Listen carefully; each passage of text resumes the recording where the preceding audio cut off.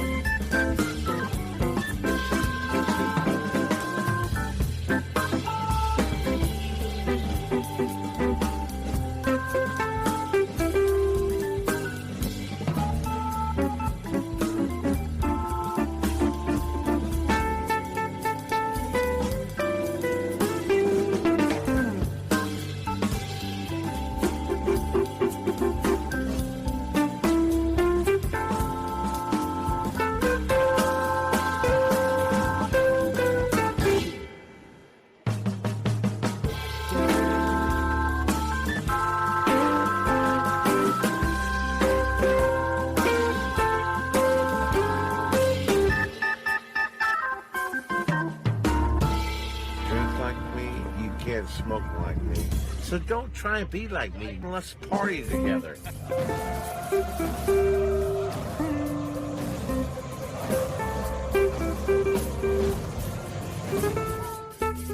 There's something kind of about a kid that's never played baseball. We have been hoodwinked, bamboozled, and flat out deceived. Why did you get so drunk? You got drunk. I'm just really exhausted. What's in that cup? Rum and Cokes? Do you have any idea how important this is? We're trying to save the pub call. Really? This is what you're doing? This is what you're doing?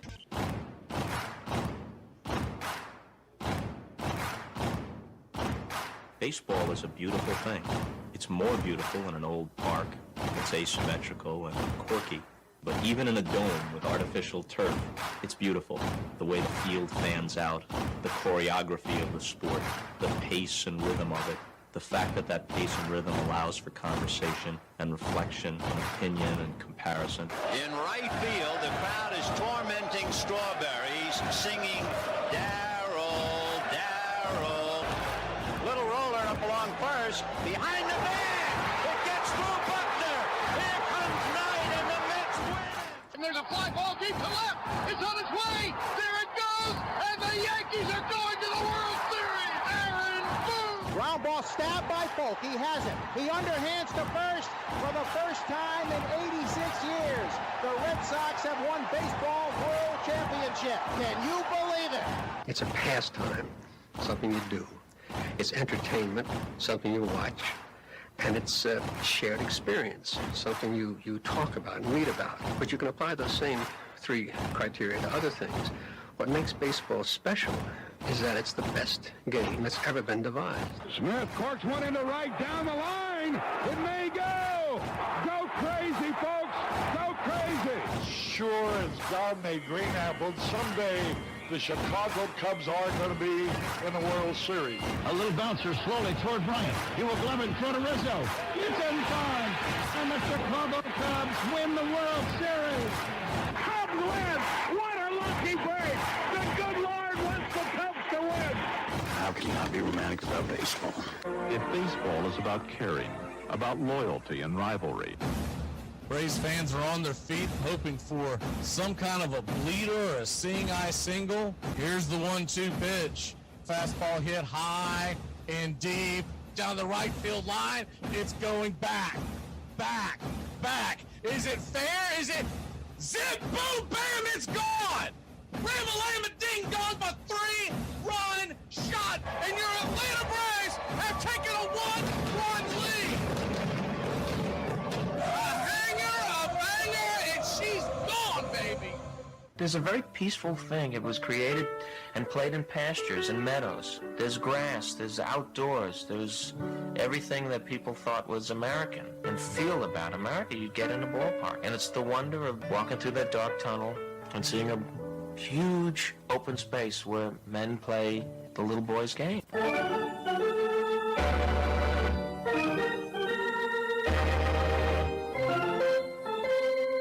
I believe in the Church of Baseball. I've tried all the major religions and most of the minor ones. I know things. For instance, There are 108 beads in a Catholic rosary, and there are 108 stitches in a baseball. I prefer metaphysics to theology. You see, there's no guilt in baseball, and it's never boring. It's a long season, and you gotta trust it. I've tried them all, I really have. And the only church that truly feeds the soul day in, day out is the Church of Baseball.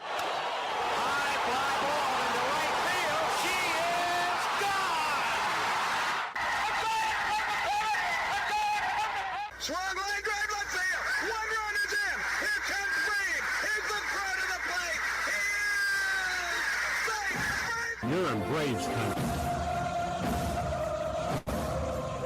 If there's a bigger thing going on right now, I don't know what it is. We're down to one strike here. Gurriel, the last hope for the Houston Astros. Here's the 0-2 pitch. Swung on, bounced over to Dansby. Dansby fires it over to Forrest. And here comes the dog pile. Fire the cannons in the battery. Do the chop all throughout Braves country. Pop that top. Your Atlanta Braves have won it all. Ladies and gentlemen, welcome. We direct your attention now to home plate. Please remain standing. We call your attention to our bands here today. They will be jointly directed. And now, another fixture. Our national anthem.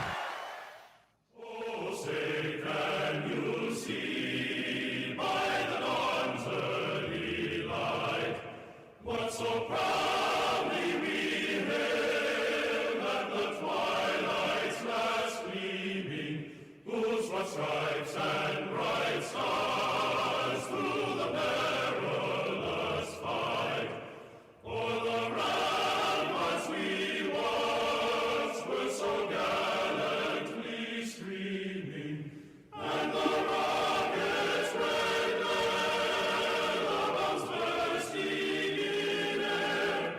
gave proof through the night that our flag was still there.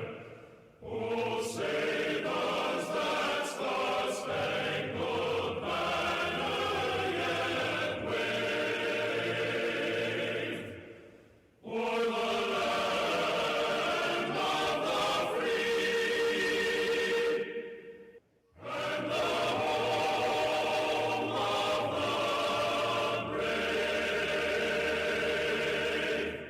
Play ball! At this time, ladies and gentlemen, we'd like to introduce today's teams as participants in this historic game.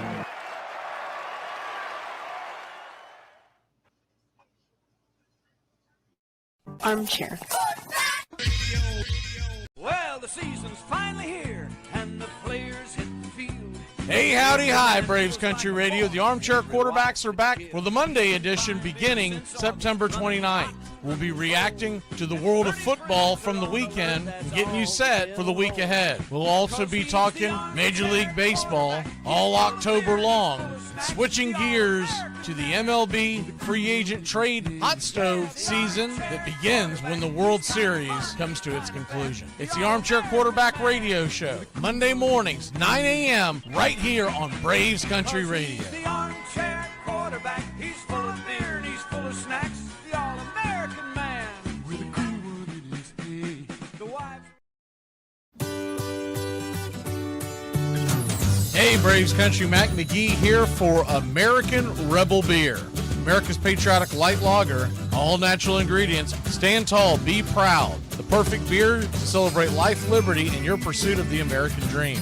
America's patriotic light lager, offering a crisp, clean, bold taste. Perfect beer to celebrate life, liberty, and your pursuit of the American dream. A beer with only 110 calories that tastes like a full-flavored beer and celebrates like freedom.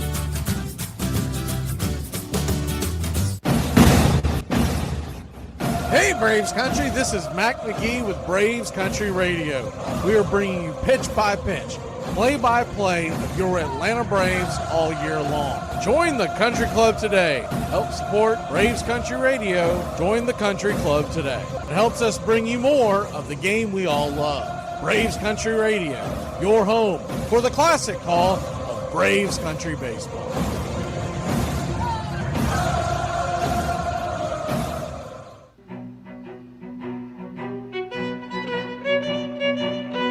Hey, Braves Country, Mac McGee here for American Rebel Beer. From the mountains to the prairies to your pint glass with white foam, we're bringing back beer with a backbone. All that matters in our brew is taste and a touch of American excellence. American Rebel Beer, born in the USA.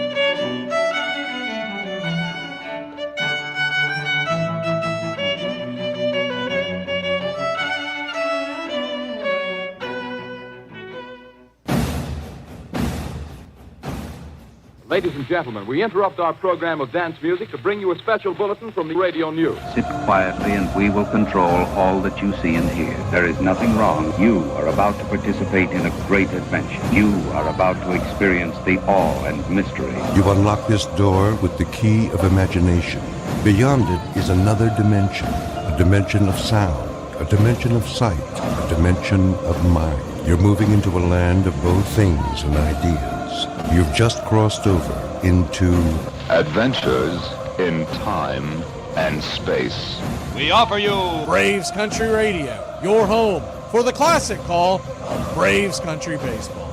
Hi, folks. Join us now for another Braves ball game. Yes, sir. This is the one we've been waiting for. This is it.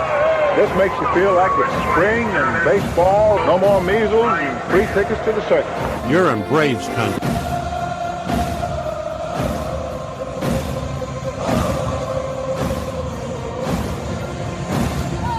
This is a reminder, disorderly conduct will not be tolerated.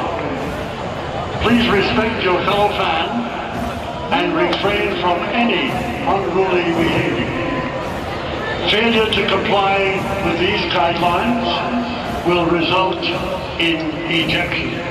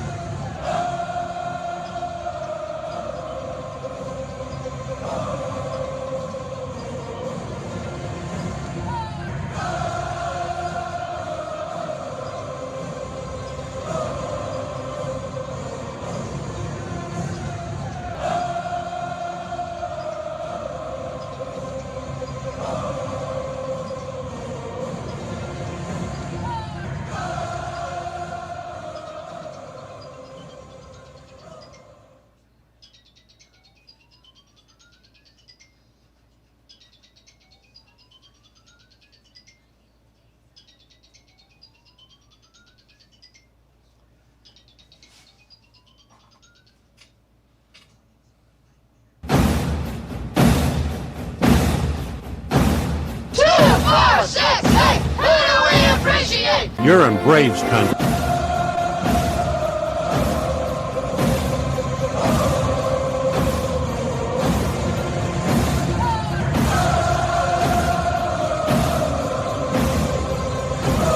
Good evening, good afternoon, Braves Country.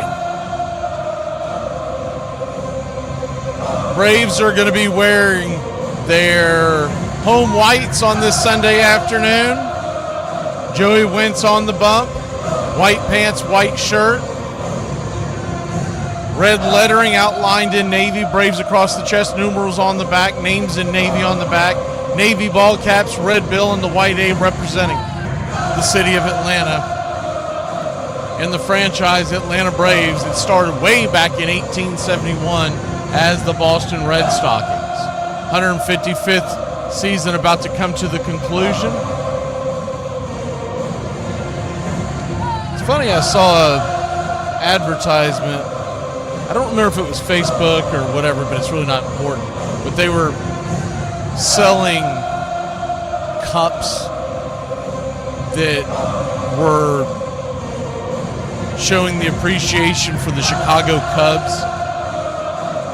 It was more like a glass, like a highball glass. And it was well done, but they were saying that the Cubs had started in 1876, and this would be representing the 150th year going into 2026. Man, it's like, who told you that? Chicago Cubs started in 1870. They did not play for 2 years after the Great Chicago Fire. So for 2 years, they did not play. They returned in 1874 and have been playing ever since. So anyways, we are just about set for pitch-by-pitch, play-by-play of your Atlanta Braves. Astros wearing their orange reds once again. And yes, sir, it is baseball time in Braves country.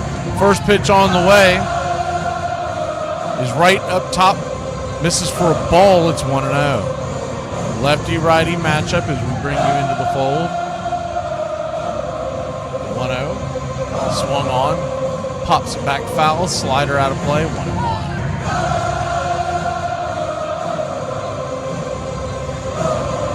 1-1 count.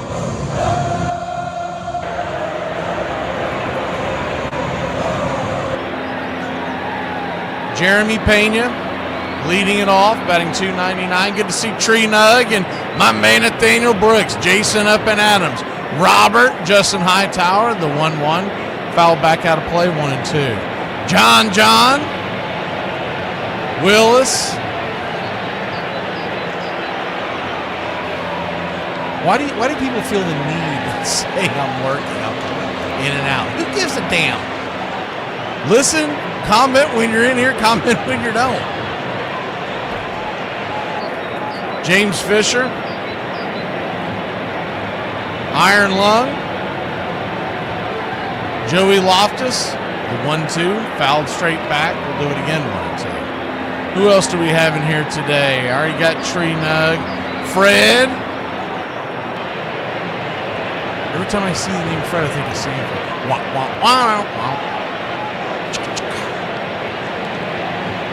Robert in here today. Thought I missed a couple other up top. Maybe I didn't. 1-2. Check swing. Did he go around? He did. Strike 3. Yak him. Set him down with that slider. 1 away. Oh, Bubba. 77's in here as well. Who else do we have? Justin Green Machine. Sleepwalker. Night Creeper.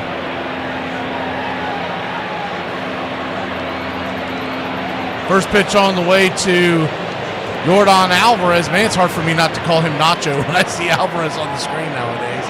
Fouled off and away. It's 0-1. The 0-1. James Fisher King. John Buffalo gonna get that dub today. The 0-1. This is high 1-1. Four-seam fastball. Love Offers is in here today. Good to see everybody. Jason Up and Adams. 1-1 pitch. Nice curveball. Teardrop at the knees. 1-2. I think I've gotten everybody. If I miss anybody, jump in. Sundays are kind of wonky on NFL Sundays. I've got radio gigs that I have to stop in and out of, talk football Lions early in the morning, and then I get in here just in time to do the game. 1-2. Lifted into right field, coming in, making the running, sliding attempt is Acuna. He will not get to it. It'll be off his glove, and it'll be a lead-off double, or one-out double, I should say, almost did it again, Yordan Alvarez. Acuna, I do wonder if that'll be a single and an error. Acuna, if he plays that honestly and doesn't try to make the sliding attempt, he's going to hold the slow-footed Alvarez to a single. But trying to make the big play, I don't hate him for it. Doesn't appear they're putting an error up on there. So it'll be a true double for Alvarez, his 8th of the season. First pitch on the way to Carlos Correa, curveball up top, it's a home run. Joey Wentz, from whence you came. Likely to be a bullpen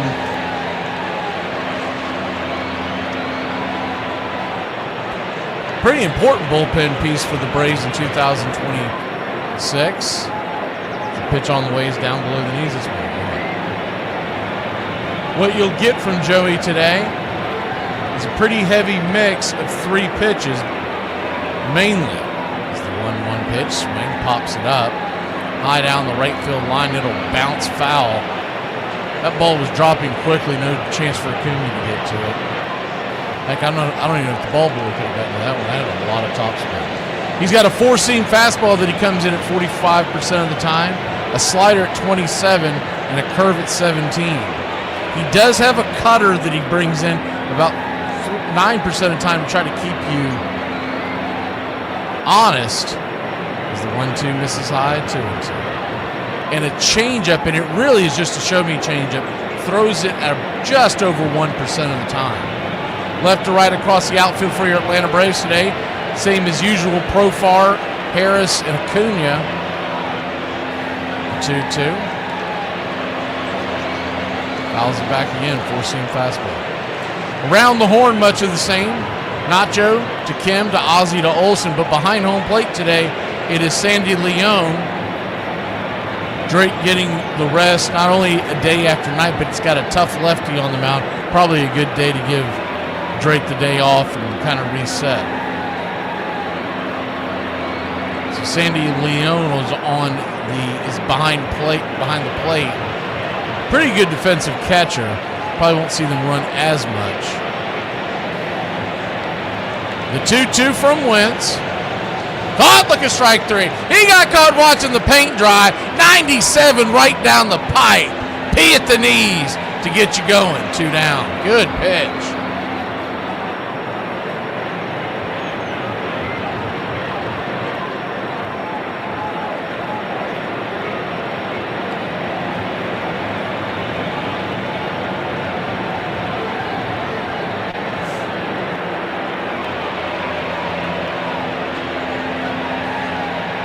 First pitch on the way is a curveball.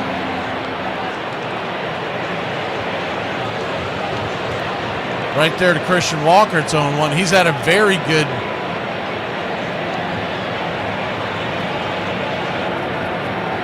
series so far, the 0-1.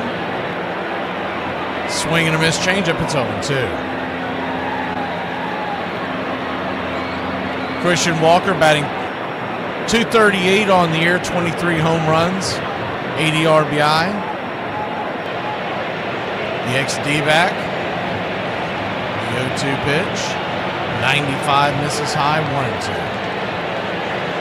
1-2. Infield back into the right on the overshift. Anything hit to the right side, hit sharply is going to be a tough play. Olsen by his lonesome. The 1-2. 95 misses out of the zone, 2-2. It was 4.5 on the over for Joey Wentz today out in the dugout. Out in the desert, I don't know why I said dugout. Braves were plus money and the over-under was 8.5. The 2-2. Swing, hammers it towards the third base dugout, side of the Houston Astros. Just 2 weeks away from the last day of the season. We're going to play that one by ear. It's going to depend on if there are any games of note that day. Now remember, that is a weird start time, 3:05. will come on the air about 2:30, 2:45 to get you going. As the 2-2 lifts it into center field, and that'll get down for a base hit, and the Astros will take the easy 1-0 lead. Just dumped it over the head of Ozzie Albies. Not how hard you hit him, it's where you hit him. That's a seeing eye single for sure. And the Astros take the early lead once again. Jammed him up top. He got just enough of it, just enough strength to get it over the infield. It'll look like a rocket in the scorecard. The slow-footed Alvarez comes home. That's actually better than hitting a hard ball to right field, because Alvarez probably doesn't score if Acuna gets the ball quickly. First pitch on the way to Myers is right there. First strike, it's 0-1.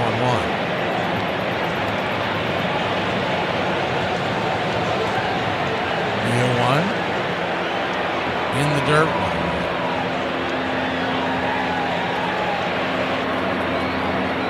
1-1 count. When they say baseball is a funny game, I think that's a perfect example there. That was a pitch, and he located it perfectly, fought it off, and normally that's a pop-up, maybe a foul back, but instead it just got over the infield's head. And of course, remember, that all comes down because Acuna misplayed the ball in right field. So though it won't show up on the scorecard, although they haven't shown it as an earned run yet, so that's a weird one. 1-2 outside, 2-2. Right now it's showing as no earned runs. And it'll either change at the break or they just haven't corrected it. The 2-2. Right there at the knees, full count. My opinion, what they should have done all along was there should have been a single and an error, because the sliding attempt by Acuna, as opposed to playing it honestly and getting it off the ground, which would have been a single. 3-2, caught looking strike three. He strikes out the side, but the error by Acuna, whether they mark it down or not, leads to a run. We'll be back in a flash here on Braves Country. What do you guys think about Americans? Do you really want to know it? Yeah. Oh no. Americans, they are like Donald Trump. They think they're the best. That's right, yeah. But they're also back-to-back world champs, you know? Yeah. If you got two coins and they add up to 30 cents, and one of them can't be a nickel, what could it be? Well, how else are you going to do it? Because you got to have a quarter and a nickel to make 30 cents. Or you could do 3 dimes, but you said it has to be 2 coins. Only 2 coins, and adds up to 30 cents, and one of them can't be a nickel. Are you sure you know which one's a nickel? Huh? Because do you know for sure which one's a nickel? It's the 5 cent. Yeah, I know nickel's 5 cents. Smart ass. Well, I'm asking because I don't see any other way to make 30 cents than to have a nickel. I know. Is that your answer, what you said? Yes. Okay, you got it right. But you said I couldn't use a nickel. Yeah, you got it right. That's the answer. You got it right. How's that right if you said I can't use a nickel? I said you got 30 cents. It's 2 coins. One of them can't be a nickel. Only one of them. You got the answer right. In the world of sports in 1961, there was no bigger story than Mickey Mantle and Roger Maris, who side by side slugged their way into the hearts and minds of the American people. Baseball was the dominant sport, and those two men dominated sports in this country. Together, these teammates, roommates, and friendly rivals chased each other in history as they approached the legendary Babe Ruth's hallowed home run record. And there's a high drive to deep right. There's one. It is going. It is going. It is gone. How about that? There's standing ovation. Look back today, nothing ever equaled the Maris Mantle chase in 61. Braves Country Radio, your home for the classic call of Braves Country Baseball. Welcome back, 1-0 your score. They have put it as an earned run now. Took them a while to put it up there. I still think Wentz is going to be able to appeal that after the game. and you'll see a correction down the road, because that was a single, an error, and then the run scored because of the error. So we head to the bottom of the first. Jurickson Profar, first pitch on the way, sinker. Off the edge, but called for a strike. It's 0-1. What is interesting about it, and first of all, I'm not upset at all for Acuna. I understand what he was trying to do. He's trying to make a great play and keep them quiet to start the game. It just didn't work out as the 0-1s in the dirt wanted. But all that has to be taken into account when you're scoring.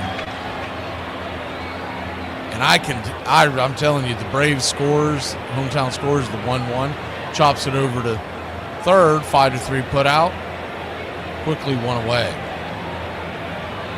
In the last 2 to 3 seasons, I've seen it get progressively worse. There has to have been a change, but it's not really something you can look up.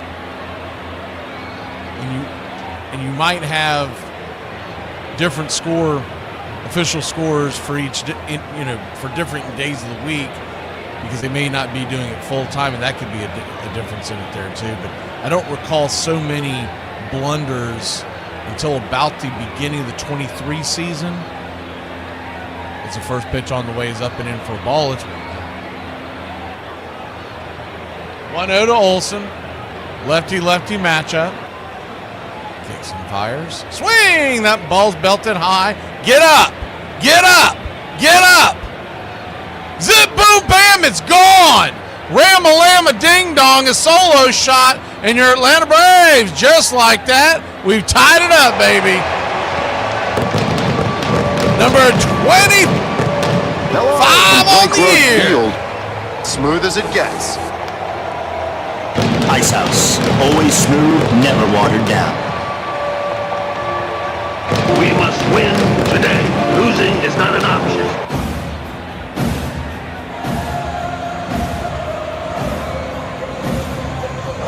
He belted that one.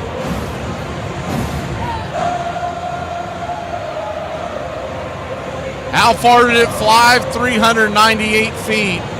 By the way, we didn't get a chance to give you our pick to click. Obviously, we won't take Olsen since he's already clocked one. We're going to take Ozzie today, and for the Braves to win, to actually put some scores, some runs on the board, even with Valdez on the bump, we'll take the Braves to win 6-3. First pitch on the way to Acuna, chops it off the plate. It's 0-2.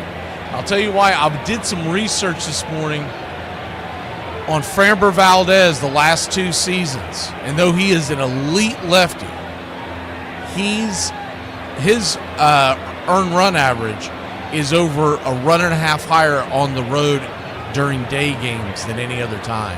The 0-2, swing and a miss. Strike 3. He'll get his strikeouts, but it appears that Framber Valdez does not get off to great starts on day games, especially on the road the last few years. So with that in mind, when you're looking at a guy who's got a 3.42 ERA coming in today's game, first pitch on the way is right there for a strike. It's 0-1. It was just under 3 coming into today at home, and well over 4 on the road. And on day games on the road, it was just under 5.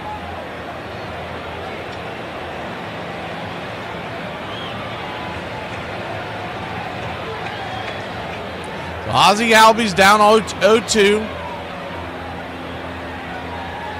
Valdez turns, spins, brings it. Nasty curveball in the dirt. 1-2. Behind Valdez today, left to right across the outfield, it's Cole, Myers, and Smith. Around the horn, Correa, Pena, Dubon, and Walker. Altuve is out of the line. Remember, he got pulled yesterday. And Diaz is behind the plate. 1-2 count. Outside wide, changeup misses. 2-2. What you'll see from Framber today, he's a true kitchen sinker. A sinker 44% of the time, curve 33%. changeup 18. Then he's got a slider and a four-seamer that he mixed in evenly at about 6%. The 2-2 chops it off the plate. Just got a piece of it. A couple of stitches to keep it. And he just got a piece of that.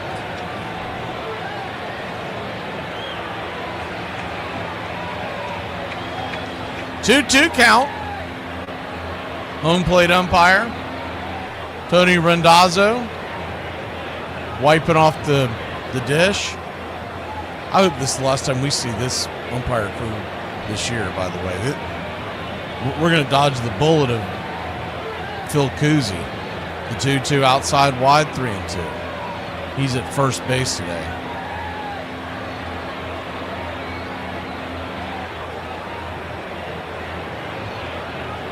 They just put this quattro together a few weeks ago. Used to all four of these guys weren't together. The payoff pitch. Pops it up, can of corn, high in the infield, calling everybody off as the second baseman, Dubon, and that'll end the inning. But not before your Atlanta Braves tie it up with the big swat by the Ice House. This is not watered down. This is Ice House. How much is the rent for this beautiful apartment? Ma'am, you're in a liquor store. Quick story about Marcus Mariota. You know, people ask me about him all the time, and he's such a great player, but his best attribute is how quick-witted he is. People don't know this, but his freshman year, he worked at a grocery store in town to kind of pay the extra bills. And he was at the register one day, and this great big woman comes in, and she said, "I'd like to buy a half a head of lettuce." And he kind of looked at her funny, said, "We don't sell half heads, only whole heads." And she got all mad. So he walked into the back to ask the manager what he should do, and he said, "Hey, I got this great big fat woman out here that wants to buy a half a head of lettuce. What should I do?" And he didn't know it, but the woman had followed him back there. So he looks over his shoulder, and he sees her standing there, and he said, "And this lady wants to buy the other half." So the manager told him afterwards, the manager said, that was impressive. I can't believe you could think that quickly on your feet. And he goes, "That was nothing. I'm used to dealing with stuff like that." He goes, "I'm from Honolulu. There's two things we have in Honolulu. It's great football and fat women." And the manager said, "My wife's from Honolulu." And he said, "Well, what position does she play?" Armchair. In the 1906 World Series, the Cubs were heavily favored to beat their crosstown rivals, the Chicago White Sox, called the Hitless Wonders because the team averaged just .230 and hit only 7 home runs all season. But no one had counted on the superb pitching of White Sox ace Ed Walsh, master of the spitball. Big Ed Walsh? Oh, brother. You talk about spitballs. I think that the ball disintegrated and got back together when the catcher got hold of it. I think when it went past the plate, it was just spit going by. Ed Walsh totally overpowered the Cubs. He pitched a masterful 2-hit shutout to win the third game and then went on to win the fifth. The Hitless Wonders had won the World Series.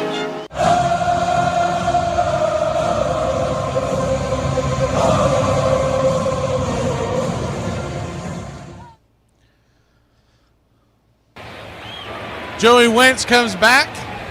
The 1-1 score. He struck out the side and gave up 1 run the first inning. First pitch on the way, swing and a miss, four-seam fastball, it's 0-1. Most teams, if they've not seen Joey Wentz recently, struggle with him the first time through the lineup. The 0-1. Chops it down the line. It's 0-2.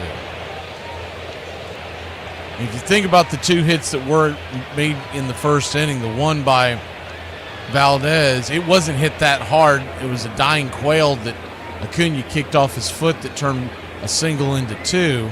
And then the RBI single was just a flare over the head of Ozzie. The 0-2, swing and a miss, strike 3. Got him. Smoke him if you got him, because he got him. 4 strikeouts for Wentz, 1 away.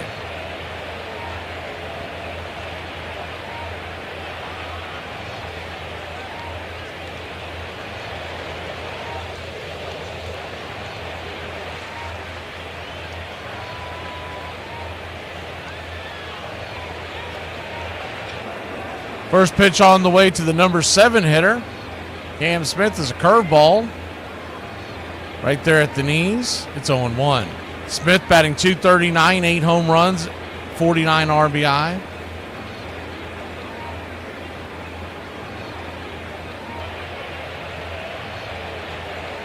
The 0-1 in the dirt, 1-1.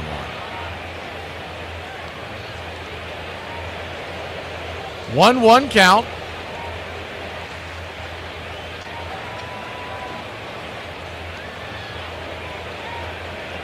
Swing. Dribbles it foul down the third base side, 1-2. Game time temperatures today at first pitch, about 83 degrees. Good baseball weather, especially for September. And the wind blowing out to left at about 5 miles an hour. The 1-2. Line drive out. Right to Olsen, and Adam ball, 2 down. First out of the day that was not via the strikeout. Kind of a looping line driver right at Olsen. Barely had to move.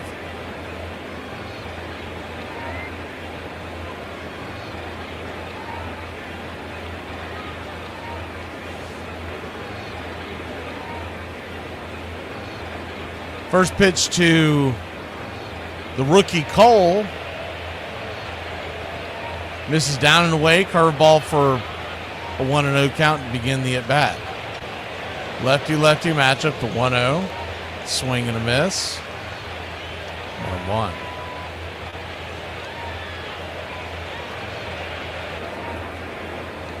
So a 1-1 count.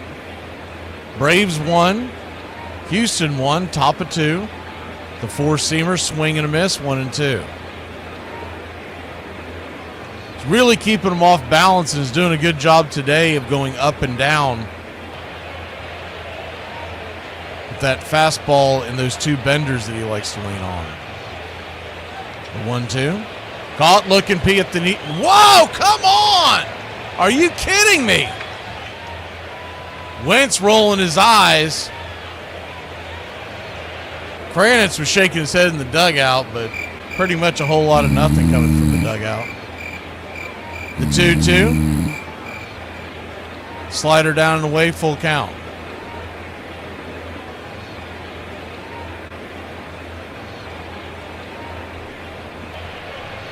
You got to give Randazza the what for on that one. I mean, that was ridiculous. That was right down the pipe. 100% hit the zone. The 3-2. Slices it foul. And even if they don't get a base hit or a runner here or a run scored, you continue to run Wentz's pitch count up. He's at 40 now.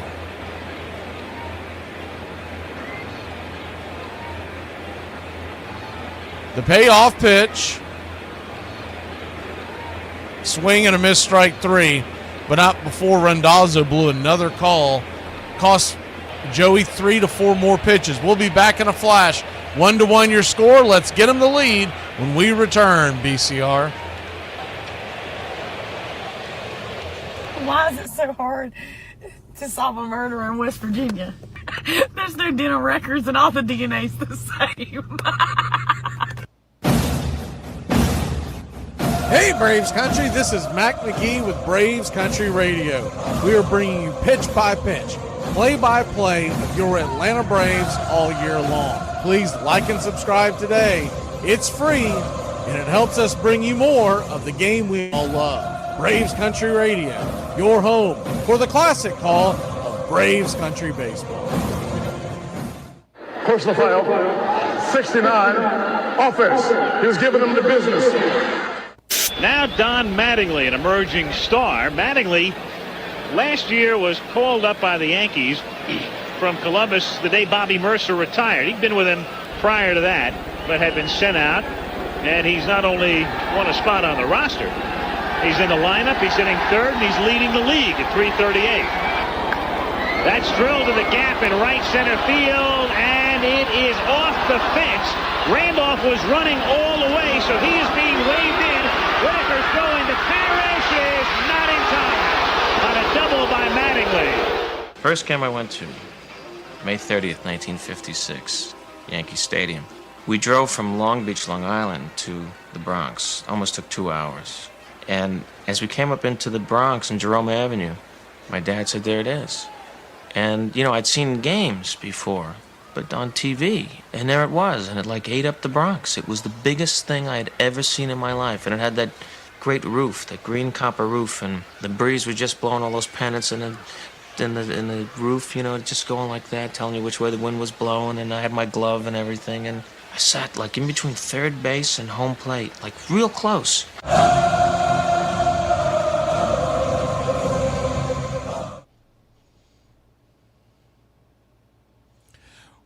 Welcome back. Bottom of the second we go. Ha-Seong Kim takes the first pitch, curveball bending inside. For a ball, it's 1-0.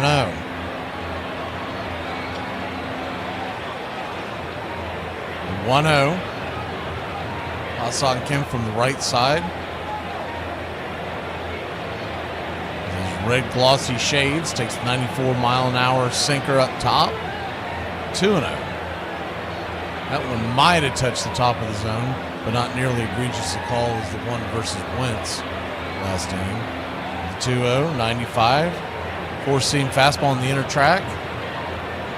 2-1.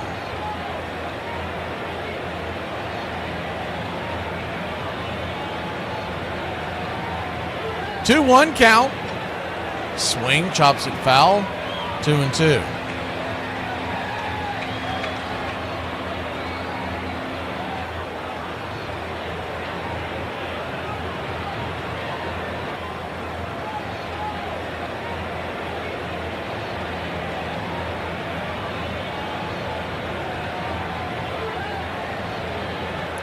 The 2-2 pitch, curveball hit up the right side of the infield. Valdez spins, tries to make the play, can't get the handle on it, and the convenience store heads on down to first with an infield single. Good hustle by Ha-Seong Kim. Kim's convenience leads us off in the second inning.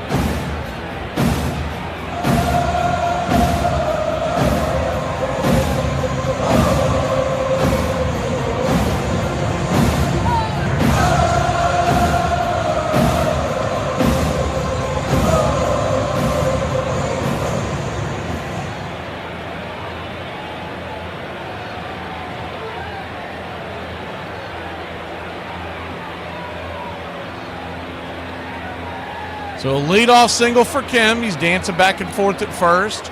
First pitch on the way to Marcell Ozuna.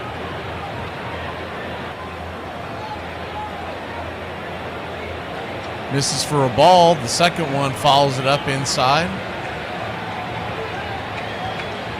2-0. The 2-0 to Ozuna. Slaps a sinker down foul. 2-1. Braves 1, Astros 1. Bottom of 2. Braves trying to salvage one game in this series after getting pummeled the first 2 games. The Braves starting pitchers just did not show up. Bryce Elder got tagged and bagged last night. 6 earned runs in just a few innings of work. Hurston Waldrop had his struggles on Friday night. It's a 3-1 count to Ozuna. Pitch on the way. That pitch misses, high ball 4. So he'll head on down to first. And we've got runners on first and second. And nobody out.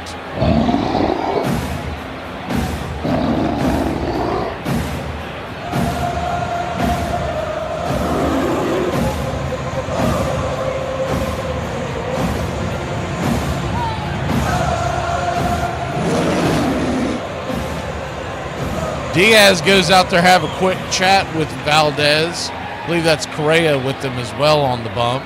It is. Just going over a game plan with first and second, nobody out.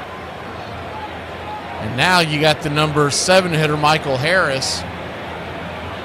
Wouldn't be a terrible place for Harris to drop a bunt against the crafty left-hander Valdez. And that might have been a discussion they were having. Valdez is just so nasty and even more lethal versus left-handers. He's got all that movement on his pitches, and if you can imagine standing from the left side, the ball twists and turns 6 different directions, and you're trying to guess which way it's going to go. First pitch on the way, swing, pops it up. It would have been better on a butt there. The fly ball comes into the infield. Kim will make it down to third. So runners on the corners, one out. It is a productive out, but you're still going to have the force play there at second base with Ozuna and Leon coming to the bat. They are going to be looking to push a double play with what can only be described as the tortoise and the turtle. There is no hair. The hair just flew out. First pitch to Leon. Swings, lifts it down the line, fouling out of play. It's 0-1. Leon's only had one at bat all year long. He's 0 for 1.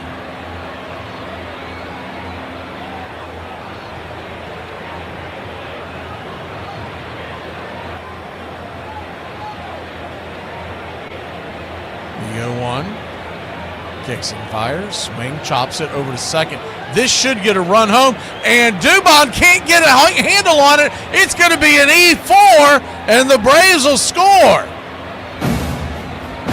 If he takes his time, he's easily going to get the out at first.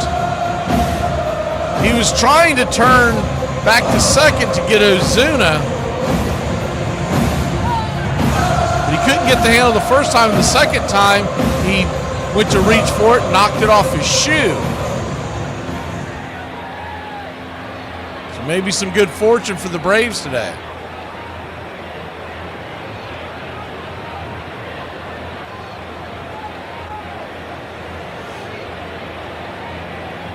So lefty-righty matchup. Nacho Alvarez takes the first pitch.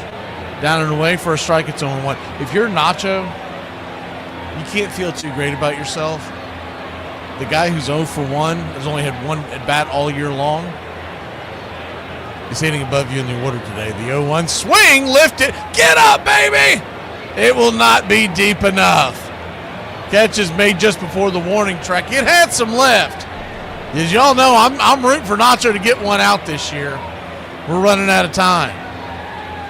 He got some lift on that, but not quite enough. Little top spin brought it back down to earth. And Jerkson Profar will be the batter. Good to see Pete in the chat. See if anybody else has jumped in here since last time I could look at the screen. SS Dub. Braves lead it 2-1. Change up down and away. It's 1-0. Lefty-righty matchup. Runner at first and second. Though Ozuna doesn't run well, the outfield's playing pretty deep. Anything that drops should score with 2 outs. The 1-0 in the dirt, 2-0. Talked about it before. Valdez, one of the best left-handers in baseball, but for whatever reason, the last 2 seasons, day games on the road, he has not fared well. I looked at his overall going back. He didn't have that issue before 2024, but it's been a thing. The 2-0. Outside wide. 3-0. In fact, it was such... I don't think the books paid attention to this, but the over-under for Atlanta today was only 2.5 runs. That's incredibly low for a 9-inning game in 2025. The 3-0 right there for a strike 3-1. So a 3-1 count. And that led me to go look at the numbers on Valdez. I was like, man, how tough has he been on the road? 3-1 swing, lifts it into center field, not quite deep enough. It's going to die at the warning track, and that'll end the inning. But not before your Atlanta Braves put another one on the board. It's 2-1. Sandy Leon coming through like a lion on a Sunday. What are some things that when you were younger, if someone had them, you thought they had money? I didn't grow up poor, like we didn't have food poor, but I grew up in a mobile home. I grew up with like, we don't have money for that poor. Like we had ice cream in our fridge, but it was like the bucket with the red handle that was like white with like different like red swirl in it. And the swirl was like almost like crunchy. When I was a kid, if you had any of these 3 things, I thought you were rich, like rich. The first one is a waterbed. If you told me that you had a waterbed, I thought you were Bill Gates. The second thing were these Breyers or Good Humor, whoever made these Viennettas. It's like a frozen ice cream dessert, like ooh. And the last thing is stairs. If you had stairs in your house, it's over. Rolling in money. Is Gen X okay? No, seriously, are you guys okay? What kind of stupid question is that? We're fine. This is a cakewalk. We got like 900 TV channels and Prozac. We didn't have anti-bullying campaigns. Our parents bullied us. The school had to take our pictures and fingerprint us in case we got kidnapped. We were like 30 years old when we were 12. Already smoking cigarettes, drinking our parents' liquor. We are older than Google, and no one had to tell us not to eat laundry detergent. So yeah, I mean, we're okay. We're okay. There's a drive. Deep right center field. That ball's got a chance. It's out of here. You can't imagine what it's like. And it was the green, this grass, that just went on forever. And the clay, the infield, the dirt of the infield was so brown, and the bases were so white. And the scoreboard with all of that news, what was happening in Detroit, and all the news. It was the news center. It was this big, gigantic place, and it was 461 feet to the center field fence. Then they had monuments, and I thought Babe Ruth was buried out there. They were like big tombstones. There was a great deal of respect in that building for the past.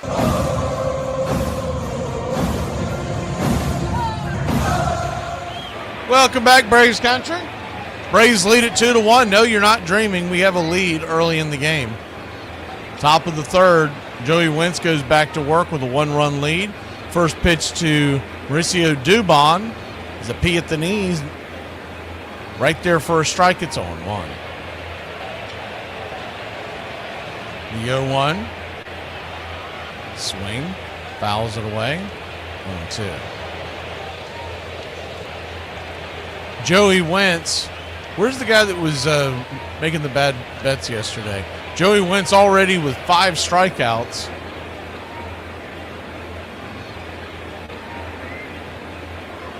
If you click that one, that clocked out in Vegas. It was 4.5 for the game. The 0-2 in the dirt, 1-2.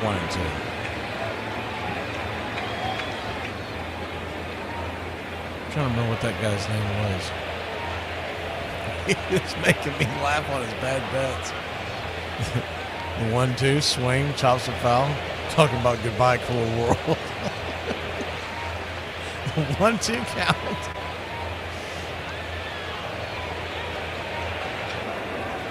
Just joining us. 1 run, 2 hits, an error for Houston. 2 runs, 2 hits, no errors for the Braves. 1-2 fouls it back.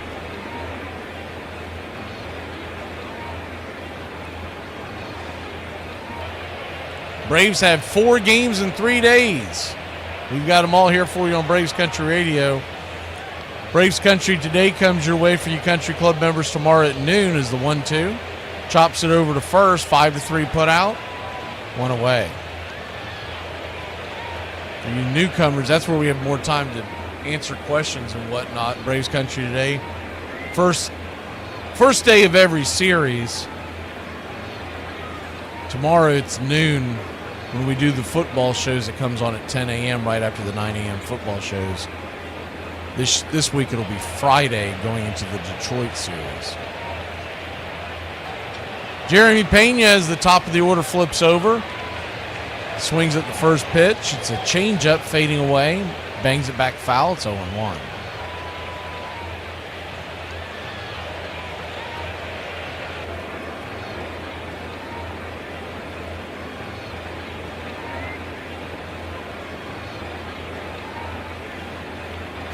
His name wasn't Wilson. It was someone I didn't recognize. The 0-1 swing and a miss. It's 0-2. Juicy? Was that? I don't know. I can't remember. I just know he had taken 4 strikeouts for Hunter Brown on a Braves team that really doesn't strike out that much, which is not usually how the Braves have been in years past. Is Jeremy Pena will slap that one into left field right between the 5-6 hole. It's a 1-out single for the Astros here in the top of the third. But the Braves don't strike out as much as they used to because they're always swinging at the first pitch, popping it up. It's kind of hard to strike out a guy with 1 pitch. So they're not striking out, they're scoring a heck of a lot less runs because the starting pitcher's going 8 innings because such a low pitch count. 4-seam fastballs right there at the knees. did not get the call. That was borderline. It's 1-0. Yordan Alvarez singled his first time up, and Acuna booted it. It's been ruled a double for now. We'll put an asterisk on that one. 1-0 outside wide, 2-0. Was it just juice? Okay. I thought it was juicy or something. The 2-0 count.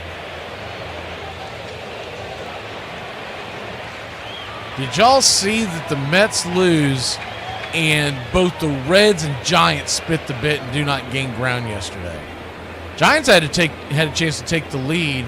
They're playing the Dodgers, I get it, but they got smoked. And the Reds have stunk out in Oakland. The 2-0 pitch is swatted off the wall. That ball was roasted. Acuna turns, fires to second, and he'll keep the runners at first and third. Runners on the corners. Alvarez, no chance to get to second base. That ball was smoked off the wall. That's the typical the typical Yordan Alvarez that we're accustomed to seeing. We got to get out of here get him out of here before his bat warms up. He'll be a big reason why the Astros do or do not do damage in October. Carlos Correa coming to the plate, so not out of the woods yet. First pitch on the way, swing and a miss, slider. It's 0-1. Christian Walker stands on deck. So you got two heavy hitters. If he can find a way to navigate his way around this, gets a little easier in the bottom half of the order. As the 0-1 misses high, 1-1. 1-1 count.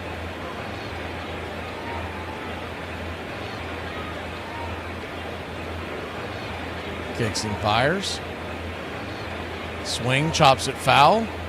In between second and third, or home and third.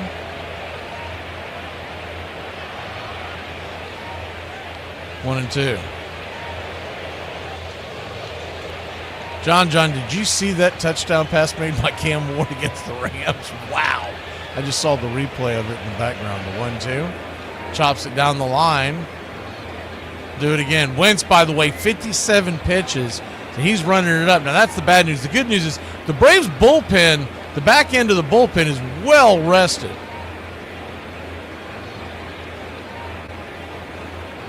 So if you can just get Wentz through 5 innings, you're ready to roll. The 1-2 in the dirt, 2-2. And I don't want to hear this nonsense from Snick King about how he doesn't want to use that much bullpen because of the doubleheader, et cetera, et cetera. You just had a day off. You've got a day off on Thursday, and you get to expand the roster on Tuesday because of the doubleheaders. Timeout's called by Correa as he steps out of the box. This is a win you got to chase. The 2-2.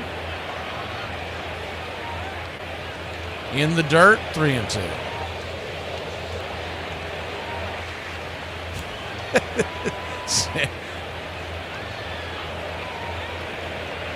Go 8. Yeah, 8 outs. He's at 7 right now. If we can get that 8th out, 77. The payoff pitch. Swing, just got a piece of it. You would even take, given that run up at third, if you can get out of this inning with just 1 run scored.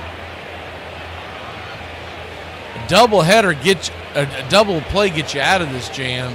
But Correa still runs well, so it's not going to be easy to turn. Runners at the corners, 1 out, the 3-2, swing, bangs it over to second. Kim steps on the pillow, fires it to first, and just what the doctor ordered. The Astros fail to score. We'll grab the bats when we return here in Braves country. Let me be great. Now, most of y'all know darn well I ain't got no tatas. I got a tank top on up under this thing anyway, because this Georgia weather is as bipolar as my mama, and it gets hot. But I ain't got nothing. The Lord did not bless me with rhythm, and he did not bless me with no tatas. Okay? Probably because he knew I would take the rhythm and tatas and find a pole somewhere. Hey, do you want to hang out tonight? Yeah, sure. What time were you thinking? I gotta run home real quick, so why don't we meet up around 9 o'clock? 9 o'clock? Yeah. PM? Yes. Tonight? Yes. On purpose? Yeah, I was thinking that maybe we can get together at 9 since it's early in the night. That's early? Listen, just come on over and then we're gonna meet up with my friends. They said the door opens around 10 o'clock. 10 o'clock? Yes. PM? Oh my god. I love the game because I grew up in New York City in the late 1940s and 50s, which was the greatest intersection of baseball and place in history. We had 3 major league teams. All of them were good or great. Between 1947 and 1956, a New York team was in the World Series every year and won. Now it's the 10th inning. Pitcher Bob Lemon works hard on Willie Mays. This time, though, he walks you. You want to steal second, and you ask for the sign from Leo. Duke Steiner, Dodger center fielder, is the hero of this game. Steiner is double to right in the first inning, drove in 2 runs, and the Brooks were off and running. Boom, another double for Snyder. Hail the Duke of Flatbush. Baseball was almost a private possession of New York City, and you'd walk around through the city in October, and the sounds of baseball were everywhere, from cab radios, taverns. People come out of taverns. During the season, you'd come out of a tavern and say, Campy just hit one. You were aware of the ribbon of baseball going on around you. Braves Country Radio, your home for the classic call of Braves Country Baseball.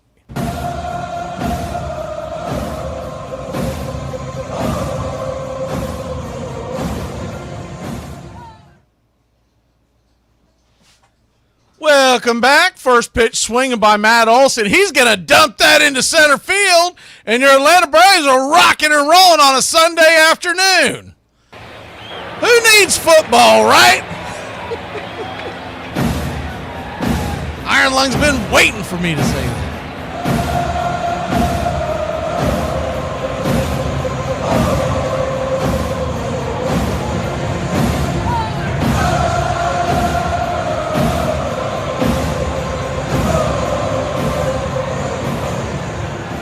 First pitch on the way to Ronald Acuna Jr. is a changeup. Just below the knees, question mark, 1-0. Looked like it hit the zone, it did.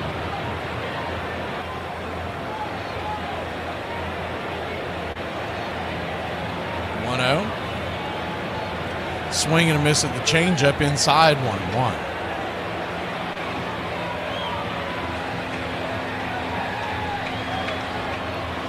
One count.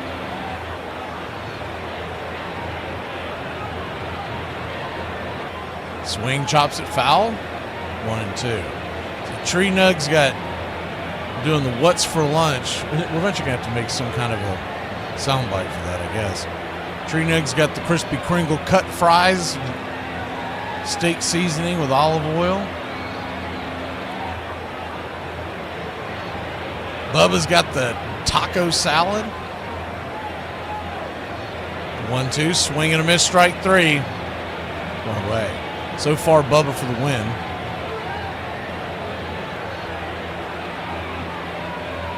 Braves lead it 2-1.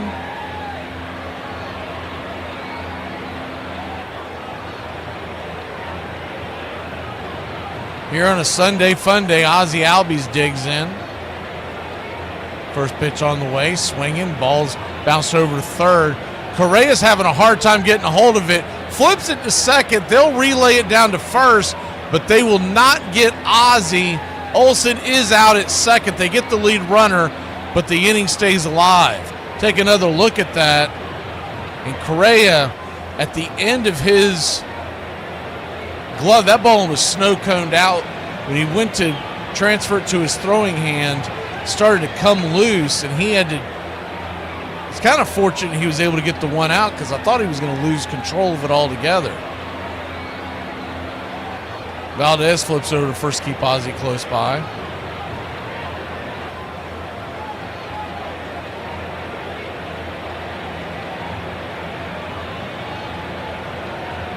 Lefty-righty matchup. Infield back into the left. First pitch on the way to Hassan Kim.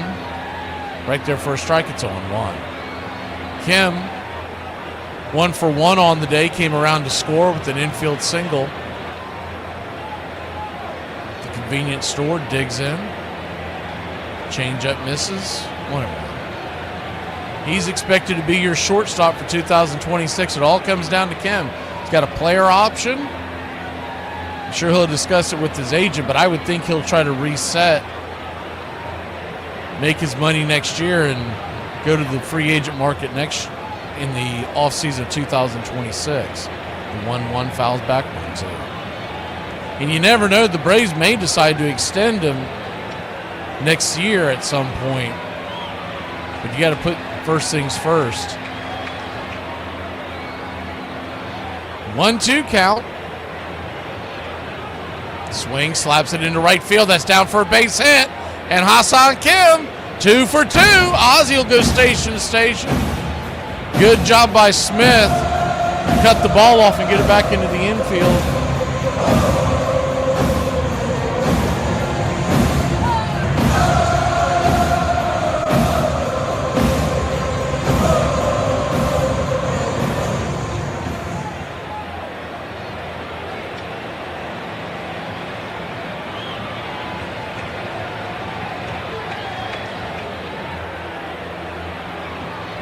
So first and second, 2 outs, and that'll bring the Big Zoo to the plate. He walked his first time up. Valdez spins around, chases Ozzie back to second. I didn't see all his comments until just a second ago. Something jammed up. 77's asking, does Ronald strike out a lot? Not really. First pitch on the way is a curveball. Up top for a strike, it's on 1.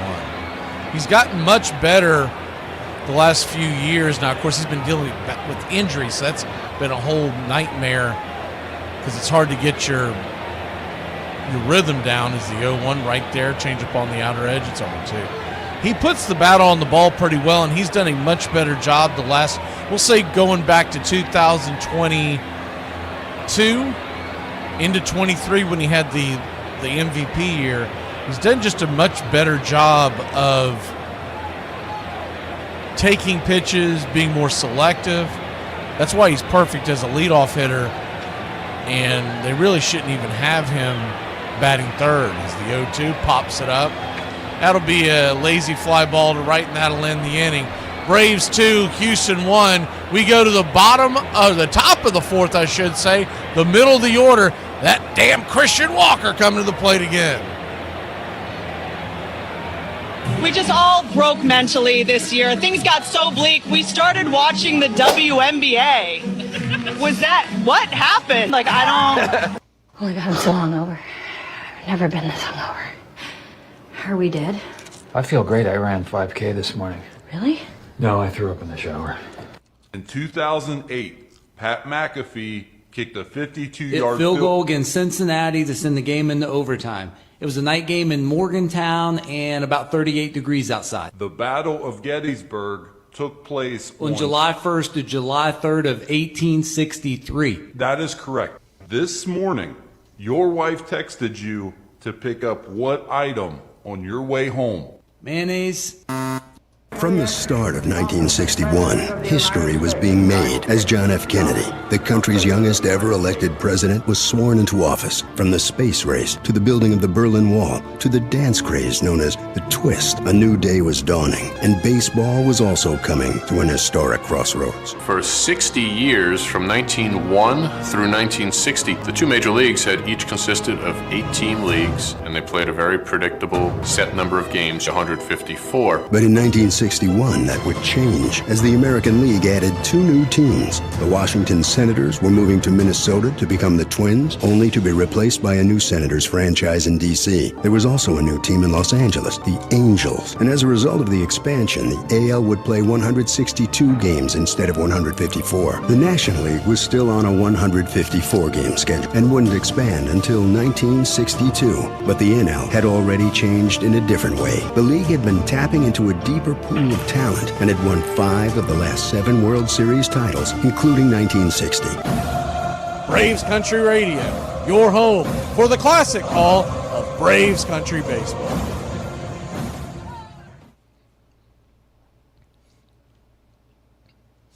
Joey Wentz leads off the 4th inning with the pitch in the dirt to Christian Walker. It's 1-0, lefty-righty matchup.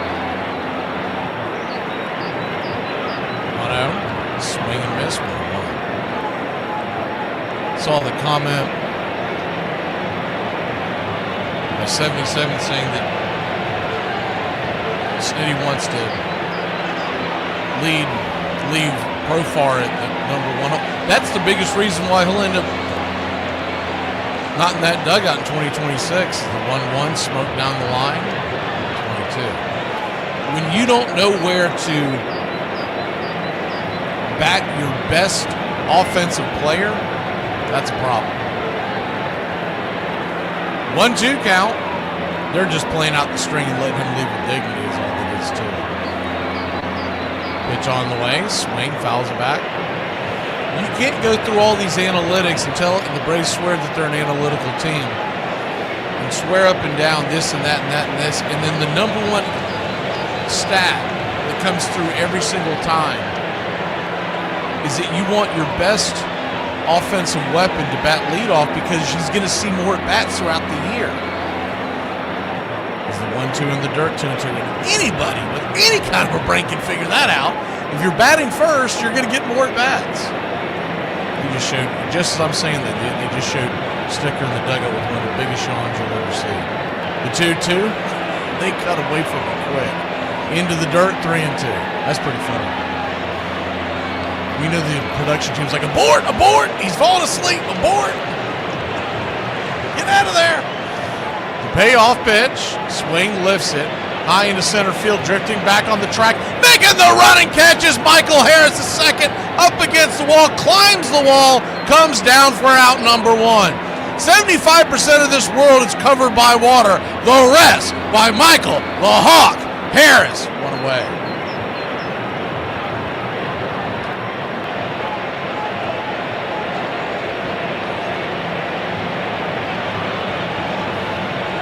Good running catch by Harris. Stat Track will tell you that there was a 95% chance of making that catch. First pitch on the way. P at the knees for a strike. It's the 0-1.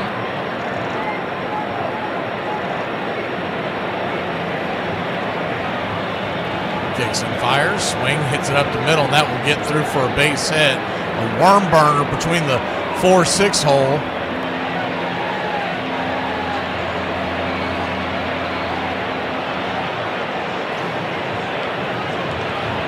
One on, one out.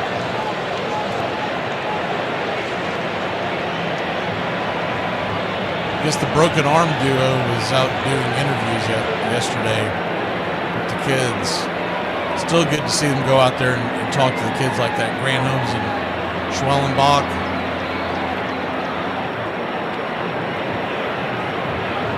They should have had Raylo out there with them too.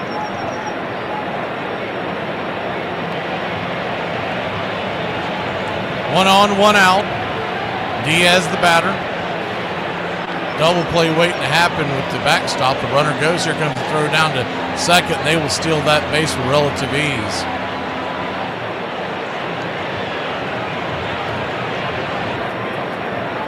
Really good jump there by Myers.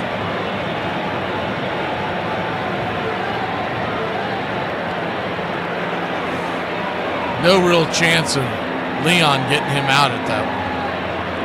You got a good jump, and then he throws a curveball. The 1-0 in the dirt, 2-0. 2-0 count.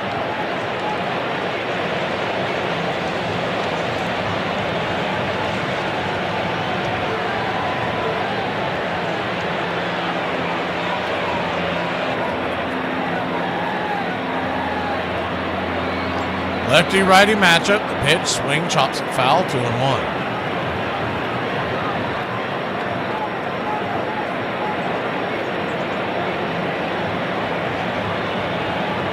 Diaz struck out his first time up.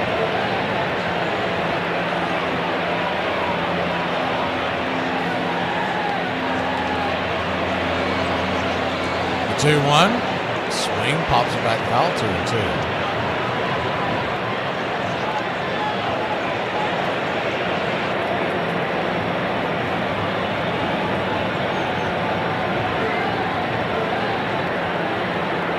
Wentz at 74 pitches.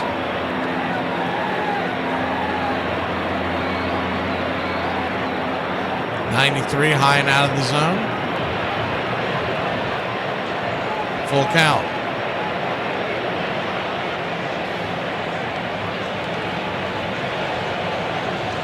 On deck is Smith, Cole in the hole. The payoff pitch. Swing! Pops it back foul. Went with the curveball that time on the outer edge.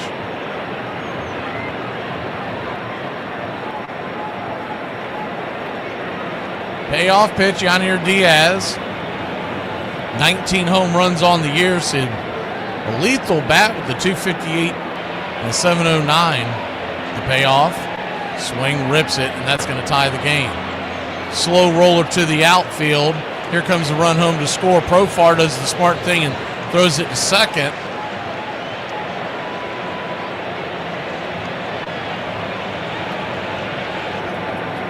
And it's 2-2.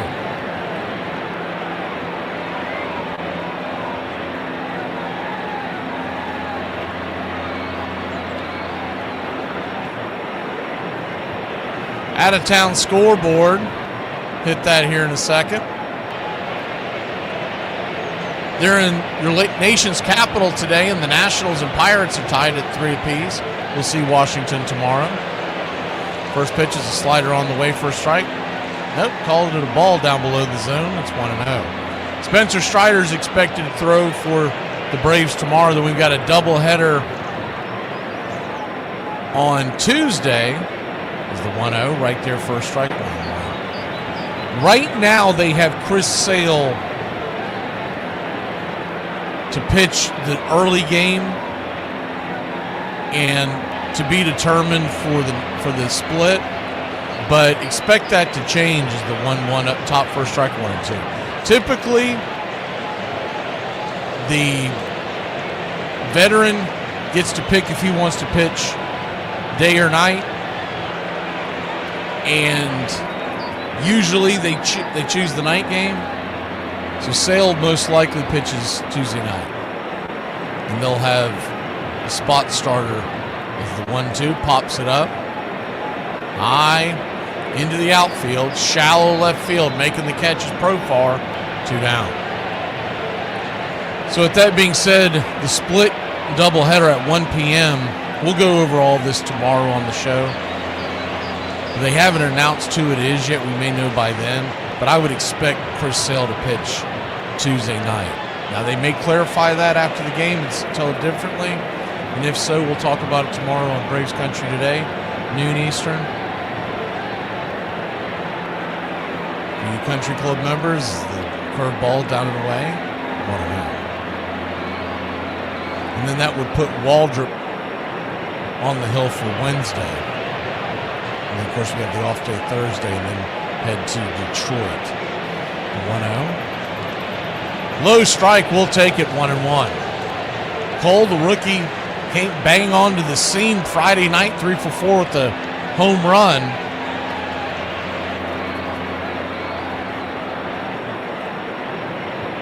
The 1-1. Swing and a miss, four-seamer, 1-2. 1-2 count.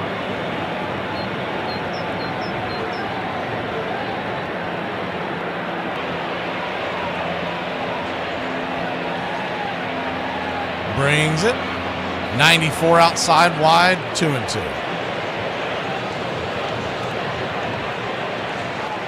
We'll head out on the road for that 7 games in 7 days, but only play in 6. We don't play Thursday. And then one last homestand next week. Is the 2-2 down away, 3-2. This coming week on the road in Washington and Detroit. The final week at home against the Nats and the Pirates. The payoff pitch down below the knees, ball 4. So Wentz, who's at 87 pitches, you know they want to get him through the 4th. And they could just be a 4-inning game for Wentz. He has struck out 4, scattered 4 hits and 1 run, 1 earned.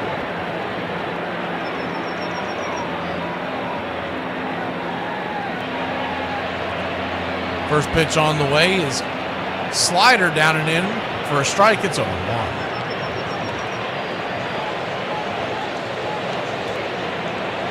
The 0-1.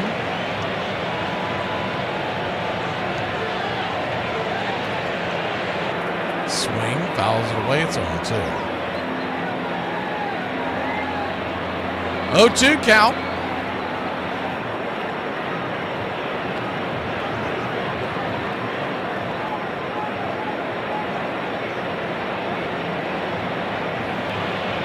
Lefty-righty matchup. The pitch to Dubon. Swing! Fouls it away. 94 up top. Is Wentz on a PC? Personal computer? No, I think he's on the bump right there.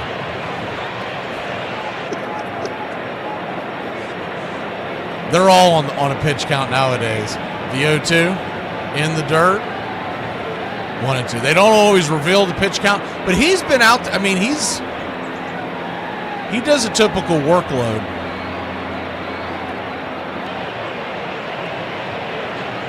If you haven't watched the Braves much this year, he's gone as deep as 6-7 innings. When he first got to Atlanta, he was definitely on a much lower pitch count because he'd predominantly been a swingman out of the bullpen as the 1-2 pitch. Down below the knees changeup, but nowadays, I mean, it's in that 90 to 100 range like everybody else in Major League Baseball. But it's more so of what they call, it's not just your up downs, but also strenuous outs. And when you're getting 92 pitches in 4 innings, the 2-2, swing, chops it over to third, Nacho, flips it to second, and that'll end the inning. Man, he always makes that close when he can make the much easier throw to first base. That just shows that Nacho is not a third baseman by trade. We'll be back in a flash. Tie ball game. Bottom of the 4th we go. Braves country. Repeat after me. I don't need validation from strangers on the internet. All together now. I don't need validation from strangers on the internet. I'm going to make a TikTok. I'm not going to the hospital just because she decided to get a chest piercing. What even is that? Stop calling it a chest piercing. She was stabbed multiple times. Dad, I've been thinking, and I think your generation and mine aren't really that different. Your grandpa used to feel the same about you that you feel about us, right? So what? Oh wait, see, we're the same. We're different. At the end of the day, Grandpa and I could still sit down and talk. We had common ground like loyalty to family and country. You guys are not. The NL won 5 of the last 7 World Series titles, including 1960. That year, the Fall Classic opened at Forbes Field. Wednesday, October 5th, dawned bright and sunny. It was perfect World Series weather. Representing the AL in '60 were the mighty Yankees, led by their power hitters Mickey Mantle and Roger Maris. Their opponents from the NL were perennial also-rans, the Pirates. Pittsburgh hadn't been in the series since 1927, when they had been pounded by the famed Murderers Row Yankees, led by Babe Ruth and Lou Gehrig. The 1960 Yankees showed up for that World Series with the idea that was going to be another of their 4-game sweeps, just the same as they had done to the Pirates in 27. But these Pirates proved much more difficult to put away. Led by Mantle and Maris, the Yanks outscored the Bucks 55-27 in the series. But in the bottom of the 9th of a classic Game 7, Pittsburgh's Bill Mazeroski shocked the baseball world.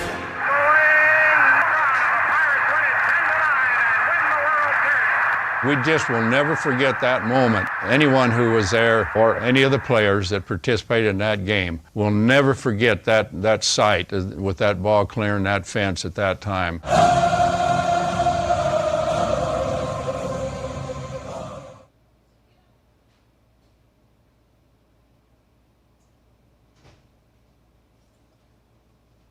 Welcome back, Braves country.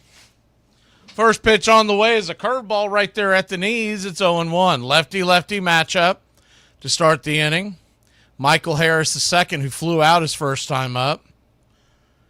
The 0-1 chops it down the line foul. It's 0-2. Harris batting .238 on the year, 17 home runs. Seeing that quite a bit, though. Nacho is so much more comfortable going to second base. I mean, it's a much more difficult play to throw the ball to third with Ozzie running over to cover as opposed to just flipping over to Olsen. And for whatever reason, he does not like doing that. The 0-2 drags it on the ground over to second. 4-3 put out. One away.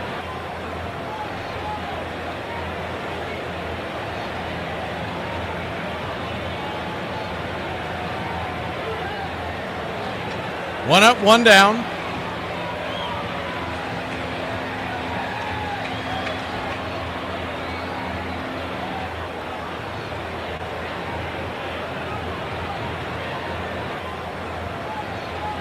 Lefty-righty matchup. Sandy Leone digs in. First pitch on the way. Swing, chops it over to short. And that'll be an easy 6-3. One pitch out.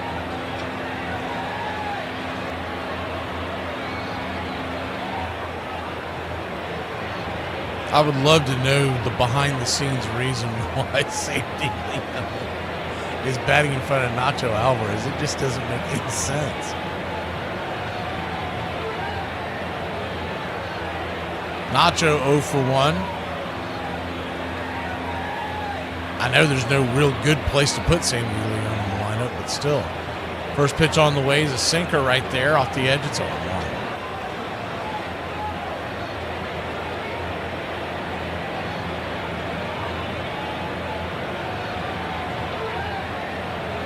The 0-1. Swing, rips it up the middle, but right at the second baseman, Dubon, and that'll end the inning.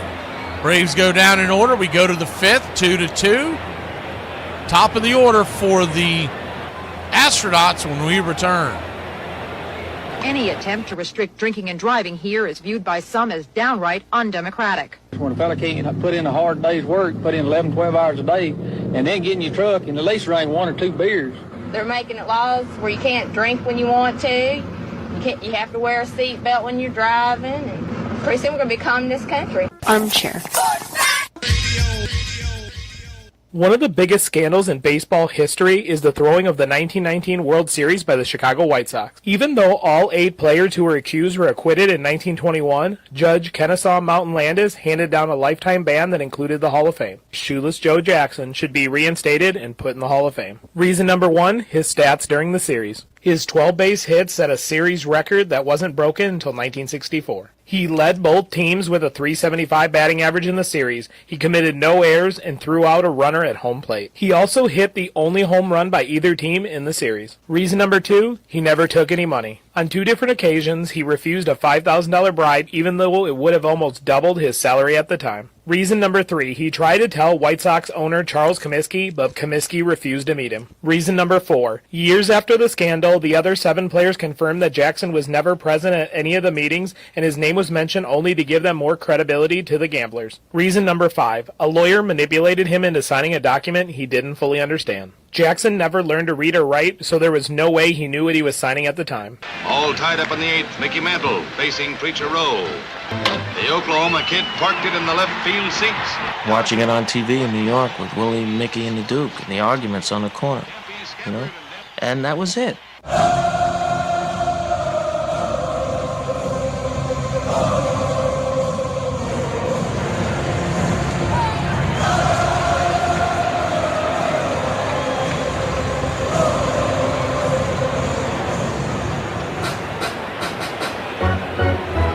Stratton coming on. Buckle up, boys and girls. Hunter coming over the 6.57 ERA. Righty-righty matchup to start it off. First pitch on the way. Swinging by Pena, top of the order. Fouls it straight back. It's 0-1.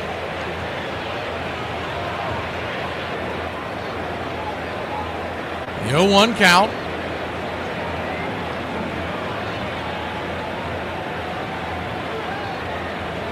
Brings it. A slider outside wide, 1-0.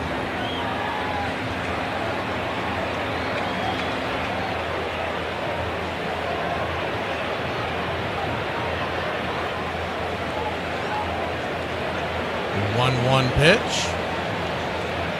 High and inside. 2-1.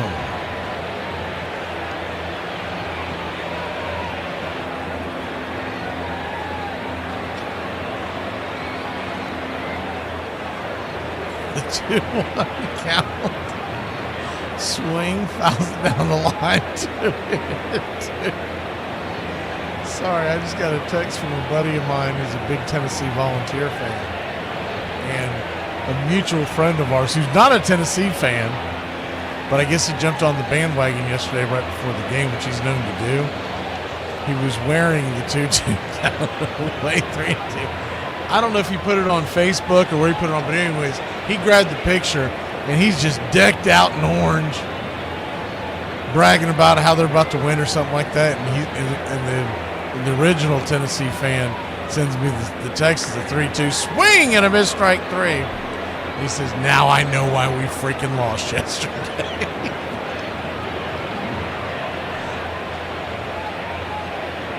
And these guys have got a history of hating each other for sports-related things. Not truly hating each other, but you get what I'm saying. The diehard Tennessee fan, he's a Yankee fan, been a Yankee fan his whole life. Used to be on our show. In fact, both of them used to contribute on the Armchair Quarterback show years ago. As the first pitch to Alvarez is outside for a strike, it's 0-1. And when the Yankees lost to the Diamondbacks in the 2001 World Series, everybody remembers how dramatic it was. Game 7, walk-off, as the 0-1 outside wide, 1-1. Alvarez, by the way, 2 for 2 on the day, a double and a single, halfway through a cycle.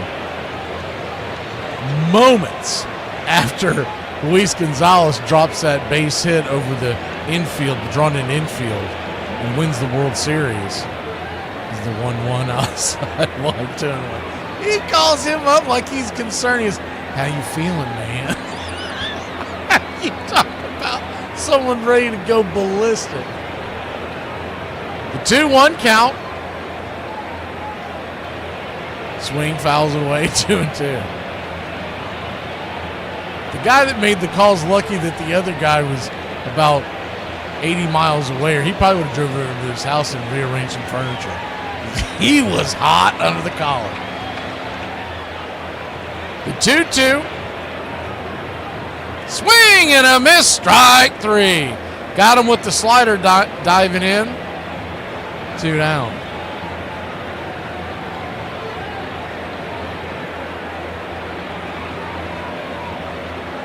I didn't even get. So that night I get a phone call from the Yankee fan, and I'm thinking he's about to call to complain about the game or whatever. I said, dude, I wouldn't even call you, man. I didn't better. He goes, I don't even have time to talk about that right now. Do you know what that Tiger fan did to me? He told me the story, and I'm trying not to laugh. First pitch on the way to Correa swung on and fouled down the line. It's 0-1. I was like, why did you answer your phone when you saw that knucklehead show up? I don't know. I thought he needed something important. The 0-1.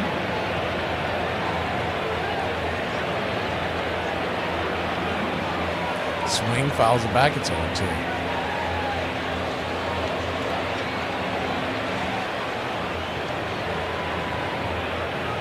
Oh, 2 count.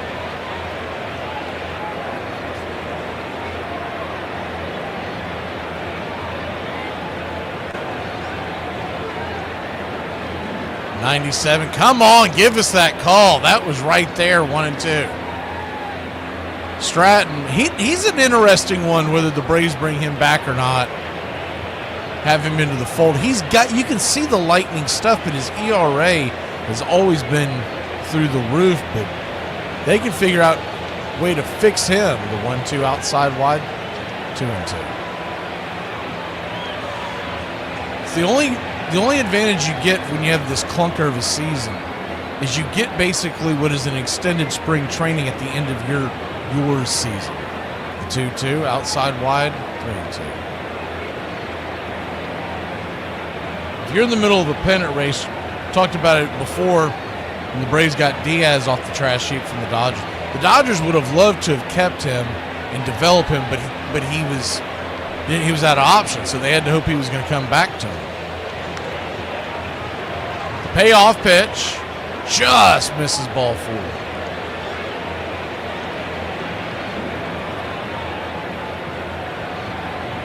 He'll head on down to first.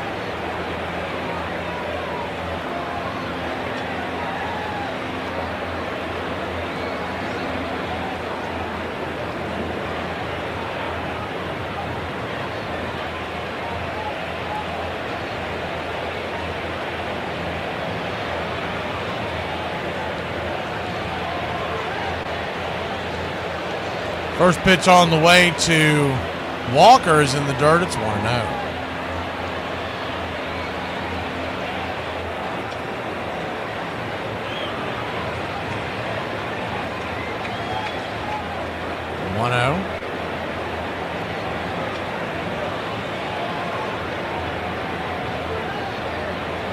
Swing and a miss. Nasty slider, 1-1. You can see flashes of brilliance when he pitches. Stratton's an interesting case because when he came up, he was a starter, and like a lot of starters that don't work out, they still have that big arm, so they make it into the bullpen as the 1-1 pitch. Swings, slaps it. Line drive caught by the Nacho Man. Good defensive play by Nacho. Didn't have to go far, but he had to get his glove up quick. We'll be back in a flash. Tie score. The Nacho Man saving the day for the time being. I don't know what your problem is, but I have a feeling it's really hard to pronounce. Going back to that last inning, 9th inning, what are the emotions like entering that inning? Well, emotions are go in, win. I heard a fan offer free Dippin' Dots if I blew it, which the price of Dippin' Dots with inflation is just unreal. So for a brief moment, I was like, damn, Dippin' Dots sound good. But also, I thought in the back of my head, we win today, we win tomorrow, or tonight. We're going to be here another day. That's more per diem. So that means I can buy my own Dippin' Dots. Who are you? I'm you 10 minutes from now. Damn it, you are handsome. I was just thinking the same. We are sexy. Yeah! I think Stengel is the most interesting man, except for Ruth, who ever appeared in baseball. Unfortunately, his myth has become that of the clown, the man who talked Stengelese, double talk. He knew more about the game than anyone I ever talked to. He was the smartest man. I think he had tremendous basic intelligence. Not much education. He barely got through high school. But he had this intuitive intelligence. He would look at things, and he would see things, and he would sense things. And sometimes the things came out. He's a man who said, there's a time in every man's life, and I've had plenty of them. And that's a marvelous expression that says it. And his distinctive way with language gave rise to a new word, Stengelese. All right, he once said, everybody line up alphabetically according to your height. I made up my mind, but I made it up both ways. Most people my age are dead at the present time. Thank you for listening, liking, and subscribing to Braves Country Radio, your home for the classic call of Braves Country Baseball.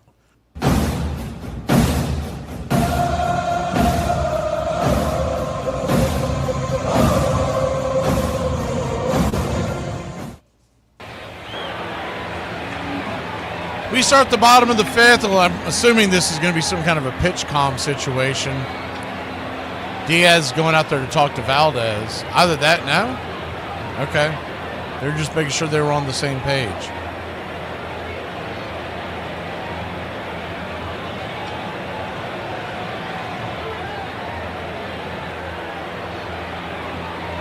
But he'll go back behind home plate. Lefty-righty matchup. First pitch on the way. Bender in the dirt. Curveball. Misses for a ball. It's 1-0.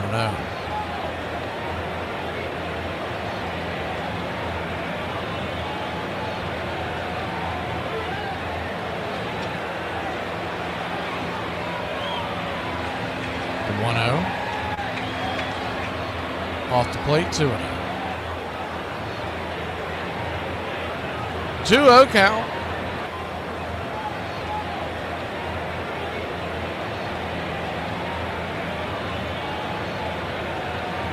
Takes and fires.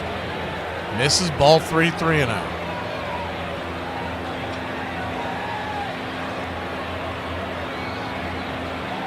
Profar trying to work his way aboard here. 3-0, down and in, ball 4. So the Jerk Store will head on down to first. Well, the Jerk Store, Cole, they're running out of you. It's smart. It's a smart line, and a smart crowd will appreciate it. And I'm not going to dumb it down for some bonehead mass audience.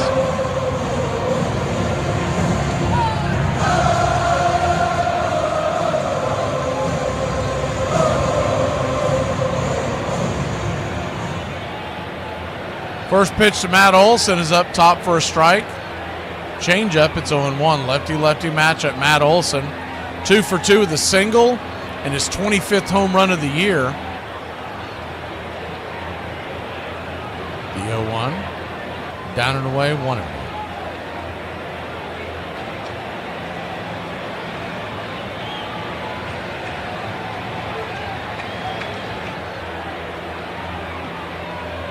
One count. Swing and a miss. Chase the slider well off the plate. 1-2. Nasty bender.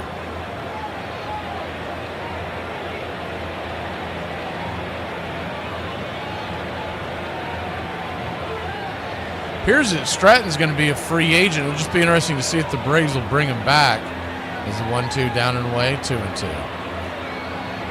I was thinking he had one more year of arbitration left, but it looks like he's going to be a pending free agent. The question will be, would he take a minor league contract? Because I think to guarantee him a major league contract would be kind of foolish for the Braves. The 2-2 in the dirt, 3-2.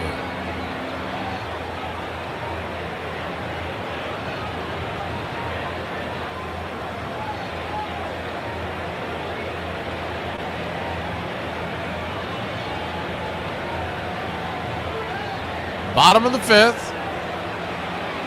A 2-2 count. The payoff. Down and away, ball 4. So Olsen will head on down to first. This is not watered down. This is Ice House. Ice House. Smooth as it gets.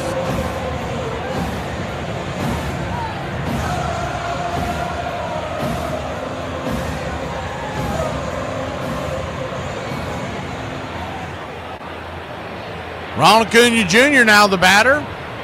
He had really good numbers coming into today versus Framber Valdez. He's 0 for 2 today.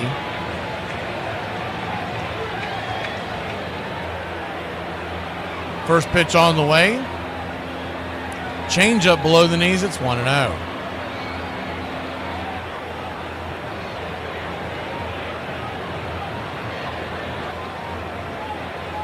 The 1-0. Swing. Chase the changeup below his knees. 1-1. If you've never watched Valdez pitch before, he's just a master craftsman of being able to keep you off balance, in and out, predominantly down. He will go north every once in a while just to change the planes, but he's typically east and west and stays low in the zone, inducing ground balls and strikeouts. The 1-1, down and into him.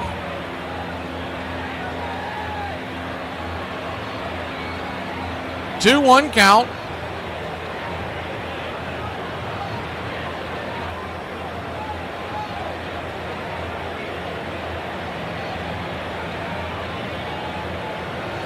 Kicks and fires. Swing and a miss. Curveball, 2-2.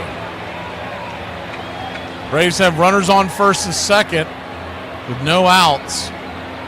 Profar, the lead runner.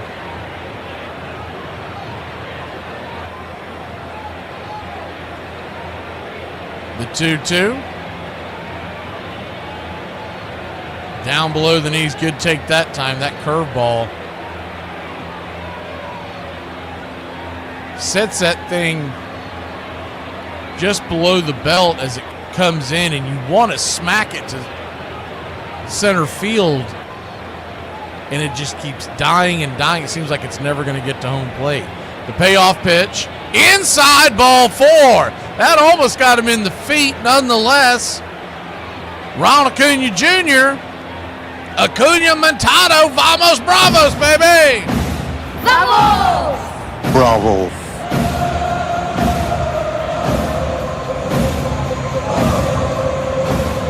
This we haven't seen much of. Bill Murphy, the pitching coach, coming out there to talk to Valdez. In this series, there's been no need to come out there and talk to the starters for the Astros. But the Braves have runners all over. First, second, and third. Nobody out. Ducks all over the pond.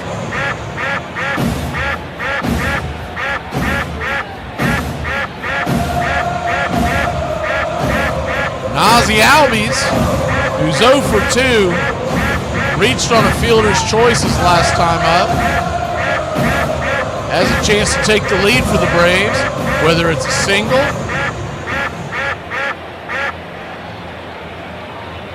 a fly ball out, even a double play gets you the lead if it's a traditional 6-4-3. First pitch to Ozzie, down below the knees, curveball, misses, it's 1-0.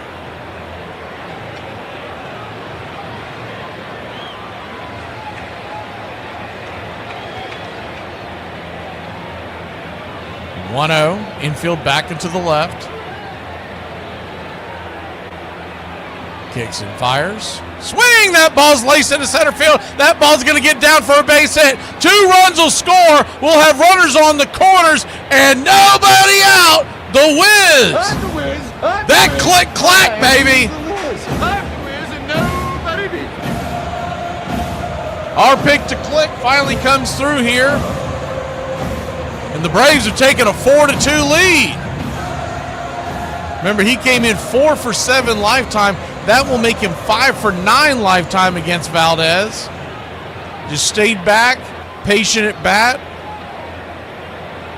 They were trying to get him to work himself into the hole, throwing that curveball early in the count, but he laid off it, and Valdez really had no other choice. He had to come in with something in the strike zone because you didn't want to fall behind 2-0 with the bases juiced. Ha-Seong Kim now the batter. Lefty-righty, first pitch, 94 inside. 0-1. Braves are taking a 2-run lead. There's still nobody out. We've got runners on the corners. A fly ball could make it 3. One good swat here by Kim could blow this open. The 0-1 swing. Hammers it into the dugout. It's 0-2.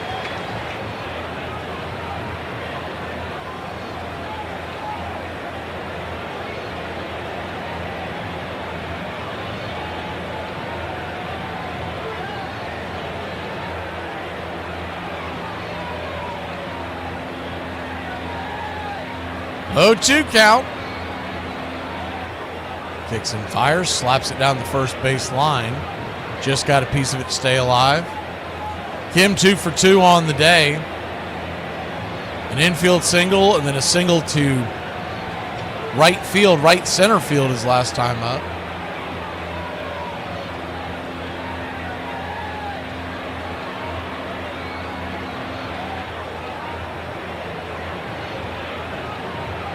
The 0-2 swing up the middle. That's through for a base hit. A worm burner, and the Braves have taken a 3-run lead.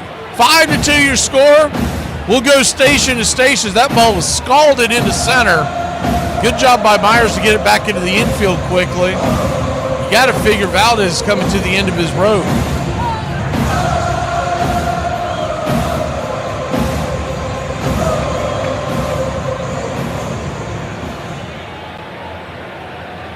And they're coming back out there to the mound. That should do it. It does. Valdez, he gone. Talked about how odd it is. Day games on the road. Framber Valdez, no bueno. We'll be back in a flash here on Braves Country. On this date in 1951, Preacher Rowe wins his 20th game when the Brooklyn Dodgers beat the Pittsburgh Pirates at Forbes Field 3-1. 36-year-old southpaw from Viola, Arkansas will finish the season with a 22-3 record, throwing 19 complete games in his 33 starts. On this date in 1968, in a nationally televised game, Denny McLain becomes a 30-game winner when the Detroit Tigers rally for 2 runs in the bottom of the 9th inning to beat Oakland 5-4. The Detroit right-hander, who will finish the season 31-6, is the first to accomplish the 30-game feat since Dizzy Dean in 1934, and the last to ever do it. And on this date in 2011, Atlanta Braves fireballer Brandon Beachy establishes the modern record for strikeouts in a season by a rookie pitcher when he whiffs 8 batters in 4 1/3 innings, bringing his total to 160. Irv Young struck out 156 in 1905 when the team played in Boston and was known as the Bean Eaters. And that's your Braves Country Radio on this date in baseball history. Find us on YouTube and Facebook today.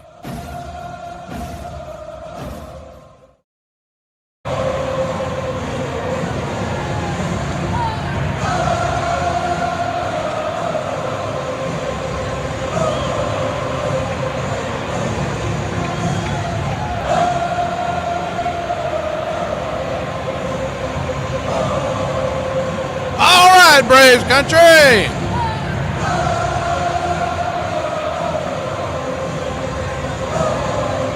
Angel De Los Santos on.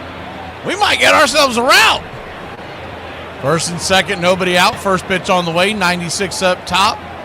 Four-seam fastball, it's 0-1. Marcell Ozuna batting 6th in the order. He has walked and flown out. Speed on the base paths. Ozzie at second, Kim at first. 95 paints the outer edge, 0-2.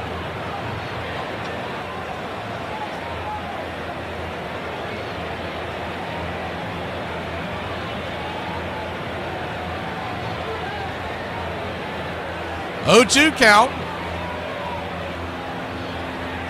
Brings it, swing, fouls it away. 96 miles an hour. We'll do it again.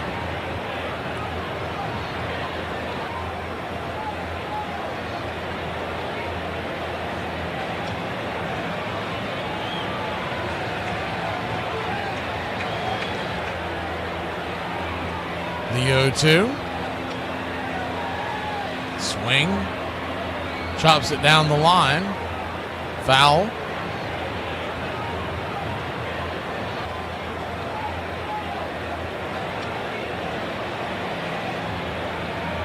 Oh-2 count.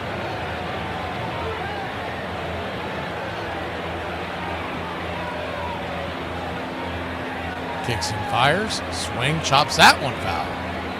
Well, Acuna making them work. So we want to make sure we stay out of the double play.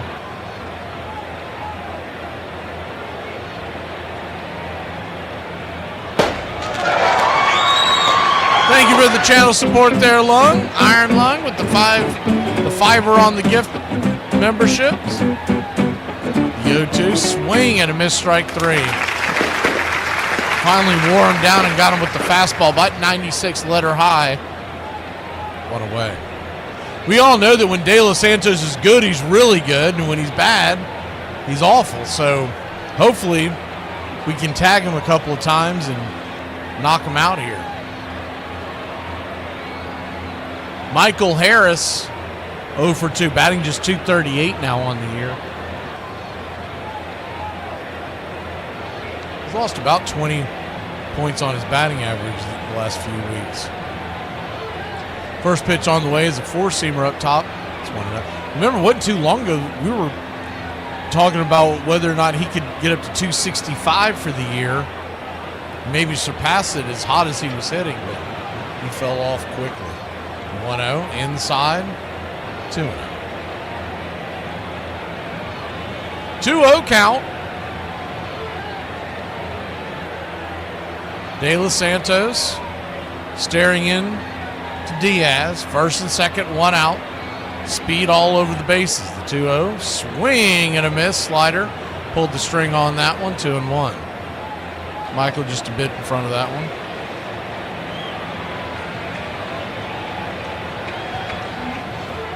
Yeah, Harris is well overdue. Clock one. The 2-1. Swing, chops it. It's a slow roller down the third base line. Here comes the throw, and Harris will beat it. He is safe. Good hustle by Money Mike, and we got the bases loaded once again. Thank God he got that base hit. Thank God. I was going to take his belt. I want to find him hanging in the shower.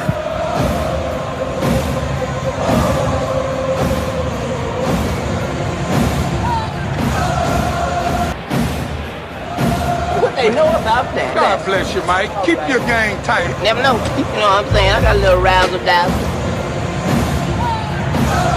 So ducks all over the pond. Sandy Leone here to bat. Just keep it in the air. Don't double play us out of the inning. First pitch on the way is a slider off the plate. It's 1-0. He's had 2 quick bats in this game.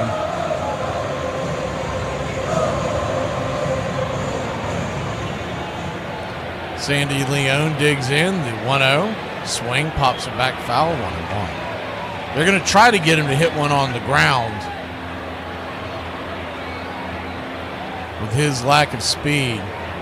He's weighing in at 5'10", 235.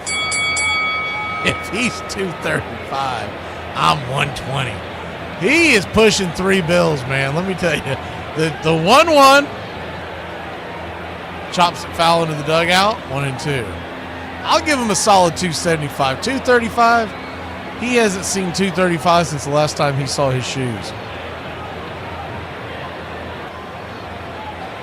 Bases loaded, 1 out. If he can get one into the outfield, I mean, you've got good speed all over the base paths. A fly ball is easily going to score Ozzie. One into the gap could clear him. The 1-2. Just below the knees, 2-2. Close take. If he gets punched out there, he's not going to have anything to gripe about because it's so close. To take that pitch, you're relying on the umpire. The 2-2. Swing and a miss, strike 3. 2 down. That's bad news, good news there, because the fact he didn't hit into a double play keeps the rally going. We'll see if Nacho can come through. Nacho Alvarez with the top of the order looming on deck. He's 0 for 2 on the day. A fly out to left, a ground out to second. A dinker, a dunker, a blooper gets us 2 more runs. First pitch on the way. Strike down the pipe, it's 0-1.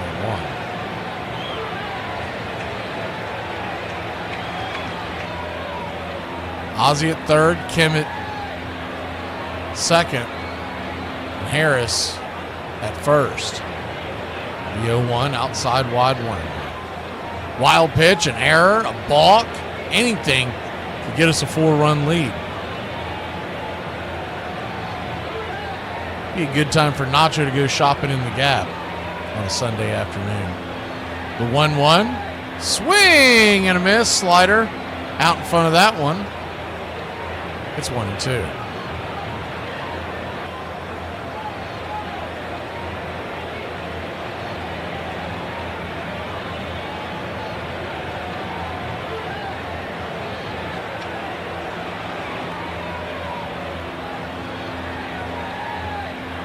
One-two count.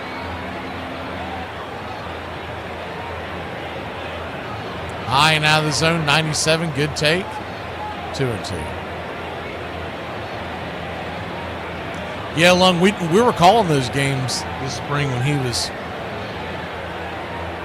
was hot, when Sandy Leone hit those home runs. People were talking crazy like, man, we have found our second catcher, blah, blah, blah. Dude, look at his career numbers. Just calm down. The 2-2, outside wide, 3-2. When you watch these spring training games, it's hard not to get excited because first of all, you're just chomping at the bit for the season to start, and a guy starts hitting well. You're like, let's go! But then you got to realize, who's he pitching against, and are they even trying to get outs, or are they working on pitches? Just getting them over the plate to pay off. Swing and a miss, strike 3.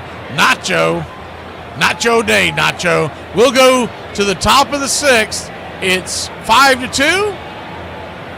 Good guys on a Sunday afternoon.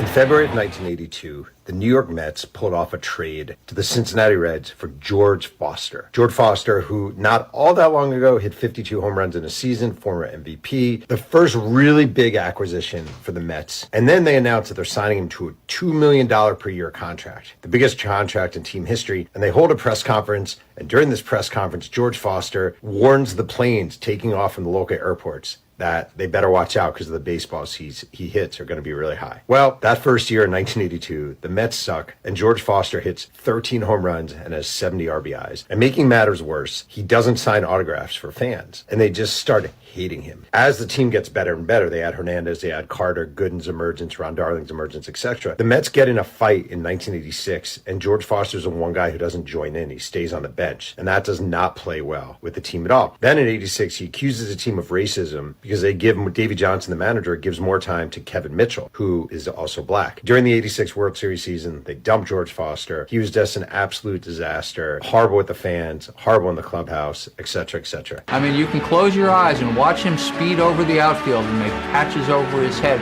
Mickey was just somebody who was amazing. He was amazing every day. Mantle's resume included a list of historic feats. He had already won the Triple Crown, back-to-back MVPs, and would end up with more home runs in the World Series than any other player.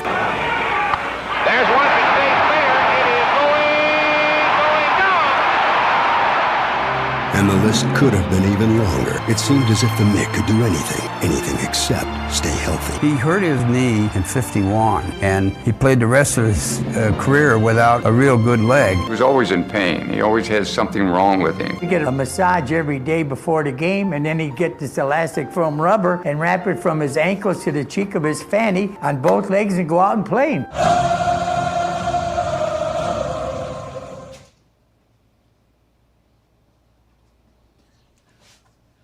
Welcome back. Braves lead it 5-2.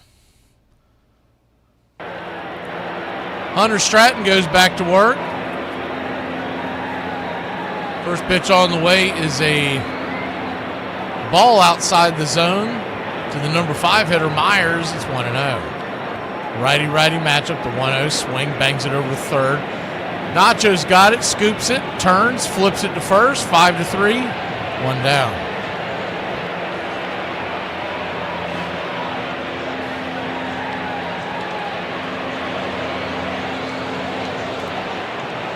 One up, one down. Later on today, you're looking for games to pay attention to. As the first pitch on the way is a slider down the way. It's a 1. Reds are at the A's at 4:05, and the Giants and Dodgers are 4:05. Tonight's game, Yankee-Red Sox, that rivalry has been renewed. That should be a fun one. That's on ESPN tonight. Those are all games that have big. I mean, you've only got 2 weeks left. Almost all of these games involving the playoff teams, postseason teams, are huge at this point. 1-1 count.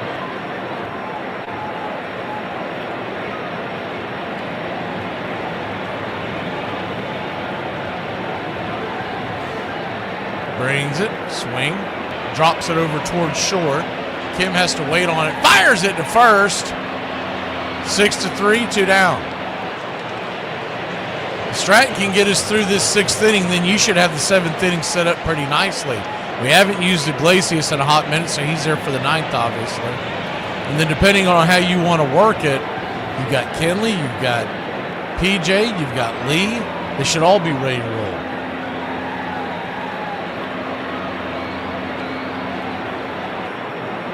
Cam Smith, the batter, first pitch on the way, swing and a miss at the cutter. It's 0-1.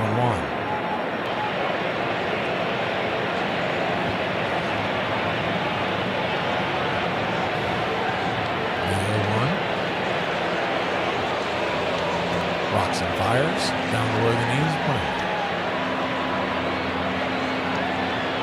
Your out-of-town scoreboard gets you caught up real quick.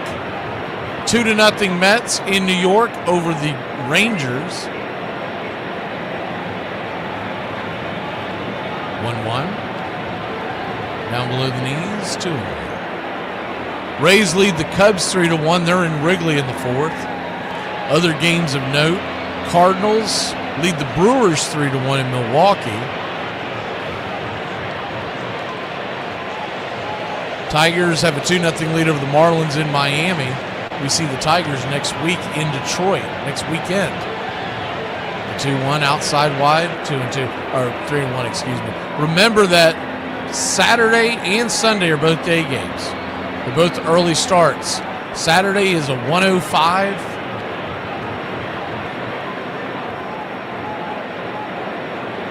First pitch, I believe, the 3-1 swing. That ball's blasted. She gone. 5-3 your score, and Hunter Stratton hangs one. And it's a solo shot. Smith's 9th home run of the year. See how much longer they'll go with Stratton.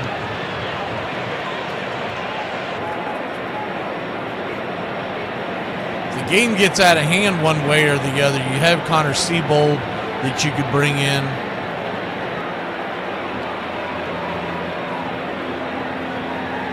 God forbid you have Dane Dunning. You also have Alexis Diaz, but I think if they can get Stratton through this inning, you're going to see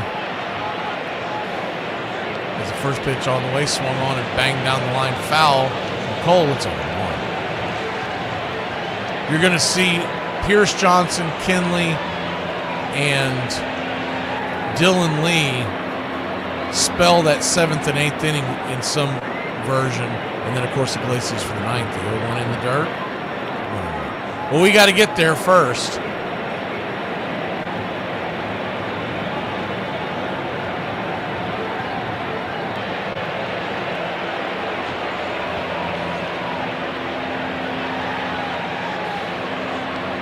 One count right there. Cutter at the knees. 1-2.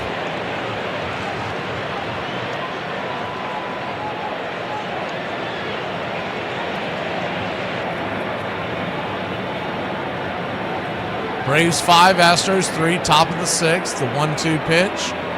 Slider misses. 2-2. Dylan Lee is warming up in the pen.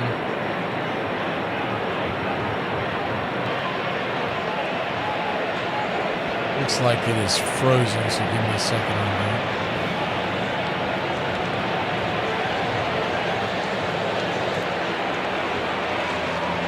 that. Two count.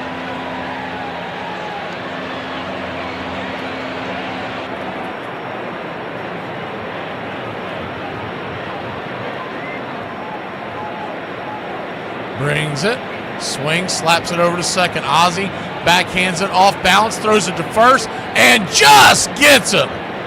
Maybe by a quarter step, that'll end the inning. Runner was telling the dugout to check it, and the Astros do want to check it, so let's see.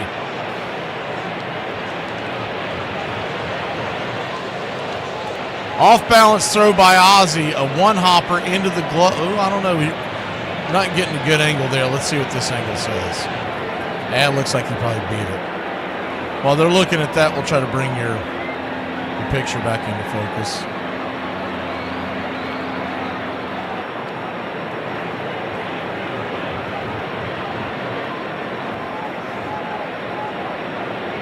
Haven't had that happen in almost a week. We thought we had figured the issue out. I guess it's just an MLB issue. There's nothing I can do about it.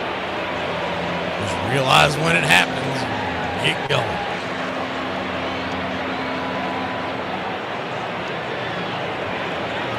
Lee is warmed up in the pen. If you're playing this out, Dubon is on deck or at home plate, assuming this gets overturned. Then you've got Pena, Alvarez, and Correa. What you'd like to get is Dylan Lee to face Alvarez. So if he sits here and he gets and he ends up being safe, there's going to be the decision is going to be whether or not, and they do call him safe. The decision is going to be whether or not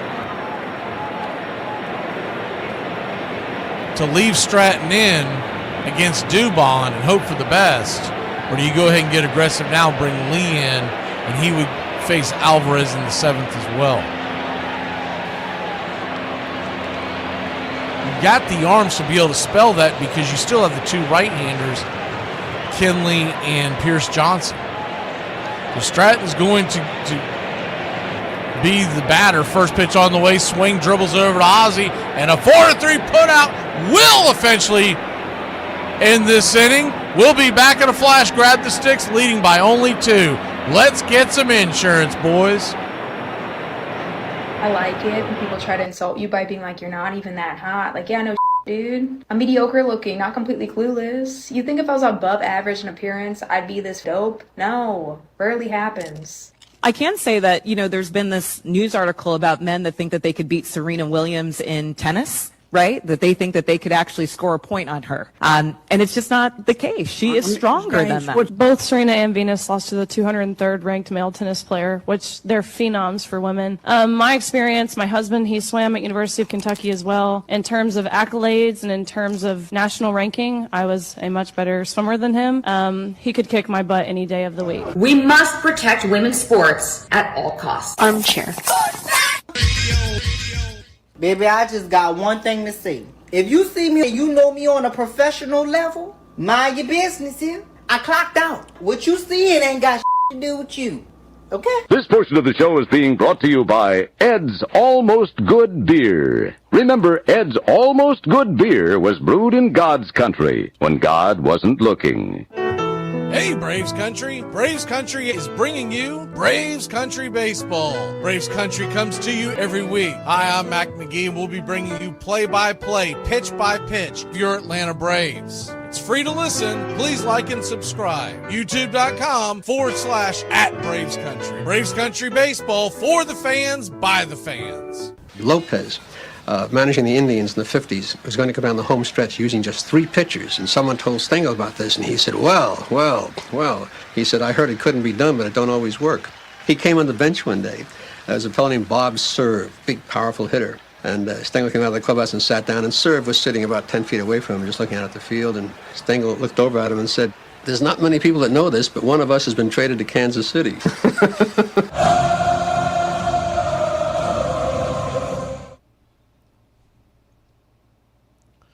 Welcome back. Stephen Okert will come on. 3.18 ERA. Southpaw. His pitch-com device isn't working. Says you can't feel anything. Maybe cut some of that nappy hair you got. Huh? Am I right? We'll go out there and talk to him real quick. Rush one out there to him.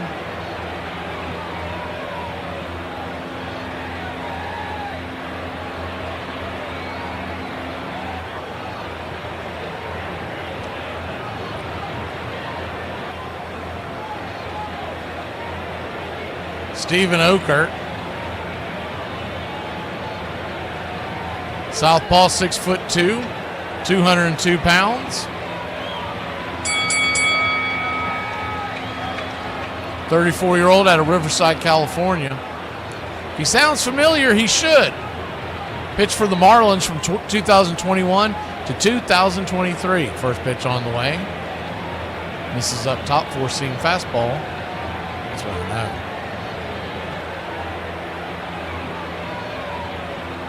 He had pretty good 21 and 22. 1-0, outside wide, 2-0.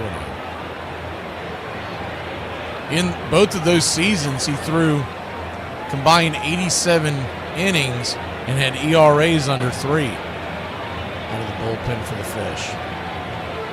The 2-0 just misses inside, I guess. We'll take it 3-0. Looked like it clipped the zone. It did. According to the pitch track. 3-0 count.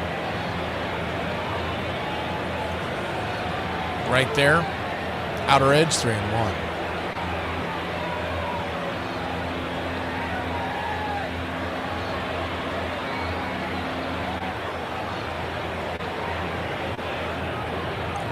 Three-one count, outside, wide, ball 4. So he'll head on down to first.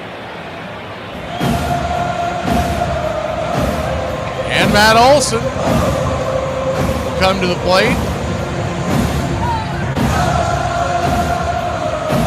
Olson, perfect on the day.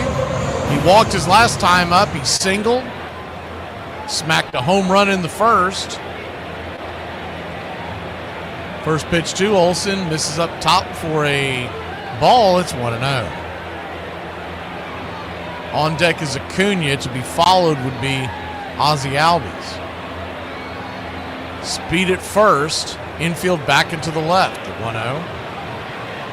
90. Wide, strike 1. It's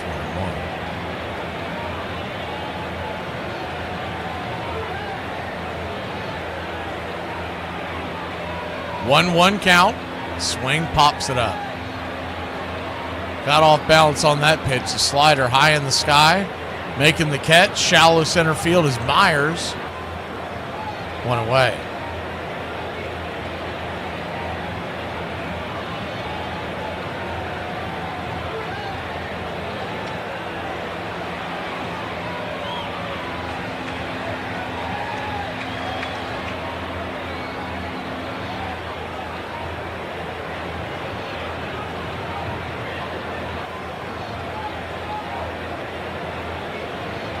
First pitch on the way to Ronald Acuna Jr.'s up top for a ball. It's 1-0.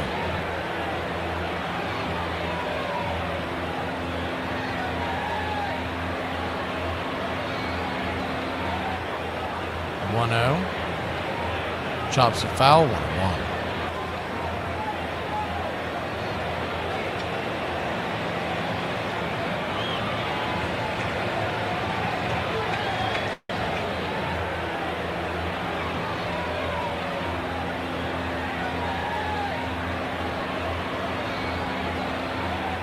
One's fouled straight back, 1-2.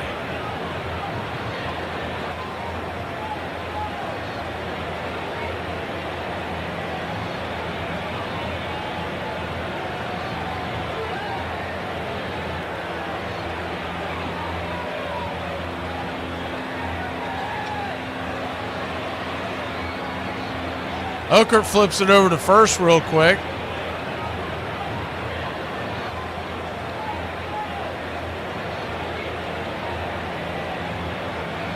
Braves lead it 5-3. Pitch, bang down the line. Third base side. Do it again, 1-2. Acuna 0 for 2 on the day. Batting .273 on the year, 16 home runs, 33 RBI.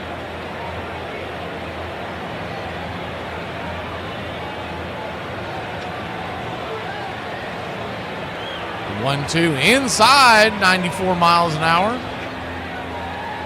Acuna stares out at the mound, but I mean, he hangs over the plate. That pitch just missed the zone. He's kind of fortunate it didn't get called for a strike. The 2-2. Swing. Just gets a piece of that slider. We'll do it again.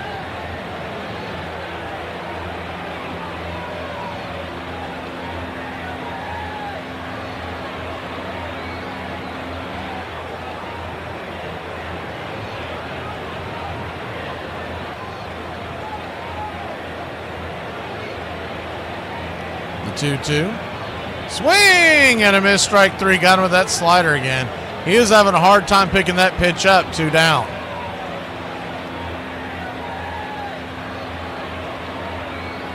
Bottom of the 6th. Braves lead by 2. Profar standing over there by his lonesome at first. Now it's Ozzie Albies' turn. He's 1 for 3. 2 RBI singles last time up. First pitch on the way is a 4-seamer. Inside for a ball, it's 1-0.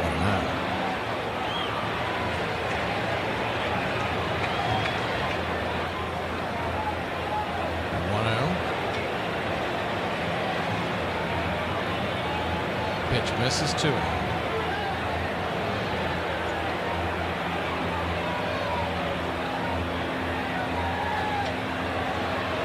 2-0 count. Lefty-righty matchup. On deck is Kim. So Okert had to face another right-hander. The 2-0 swing and a miss. 2-1. Then you've got Ozuna. So we can keep the line moving. It'd be interesting to see where the stopping point will be for Okert. Infield back into the left. He's going to flip it over to first real quick to keep the runner close by. Profar back in plenty of time.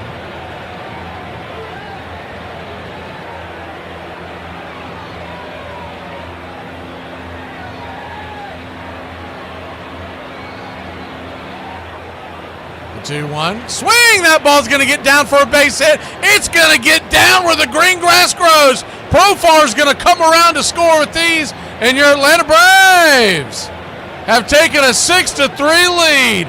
The Wiz, baby, the Wiz. I'm the Wiz, I'm the Wiz, I'm the Wiz. I'm the Wiz and nobody beats me. That ball was scalded 108 miles an hour off the bat of Ozzie Albies.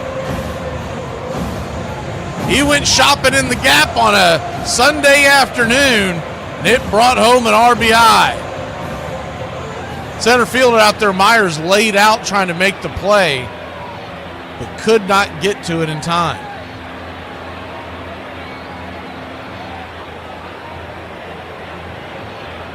First pitch to Kim. Hassan Kim is right there for a strike. It's 0-1. Okert, 20 pitches in the inning. Ozzie stands at second. The 0-1. Swing. Lifts it. High into left field. Pretty deep, but not deep enough.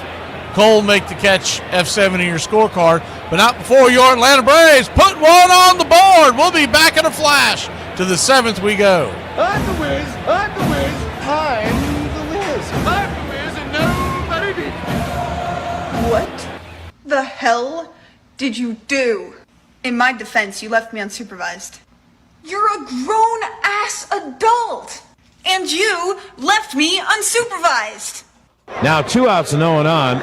The Mets are waving their outfielders in. The whole Met team waving their outfielders in. Here's Rick Camp with a game on the line. 2 outs and 0 on base.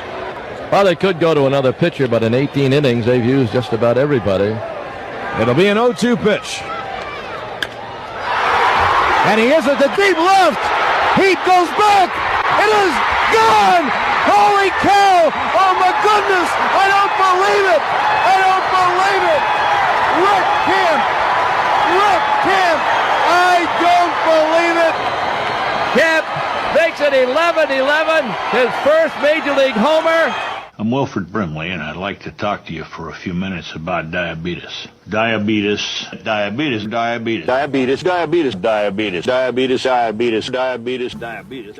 You shut up! You shut up! I'm so scared right now, you shut up!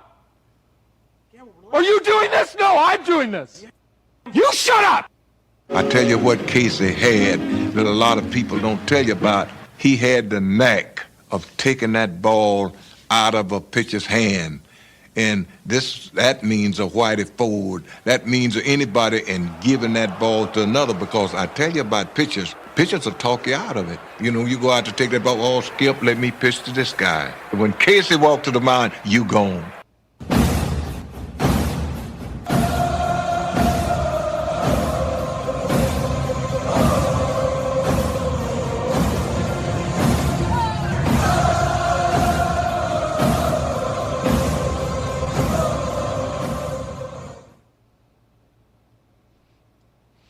Dylan Lee comes on. Try to keep it where it's at. 6-3 your score. First pitch on the way. Right there for a strike. It's 0-1. The 0-1. Swing and a miss. Change up off the plate. 0-2.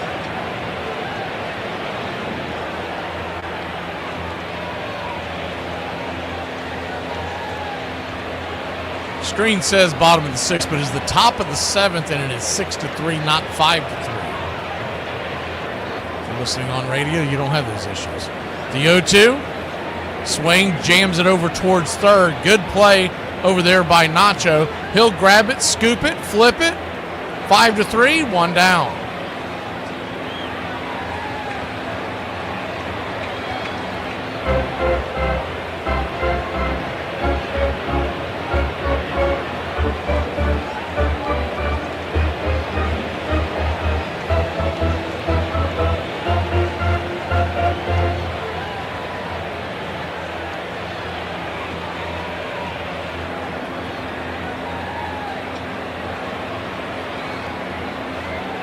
First pitch to Alvarez. Strike, slider on the outer edge. It's 0-1.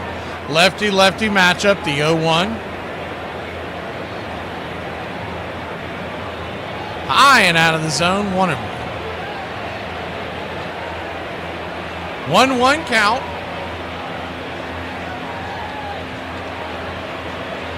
.95 misses high, 2.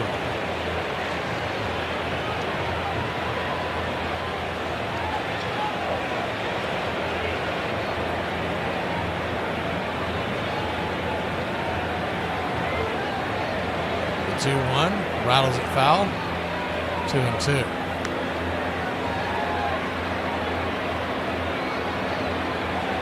One out here, at the top of the 7th.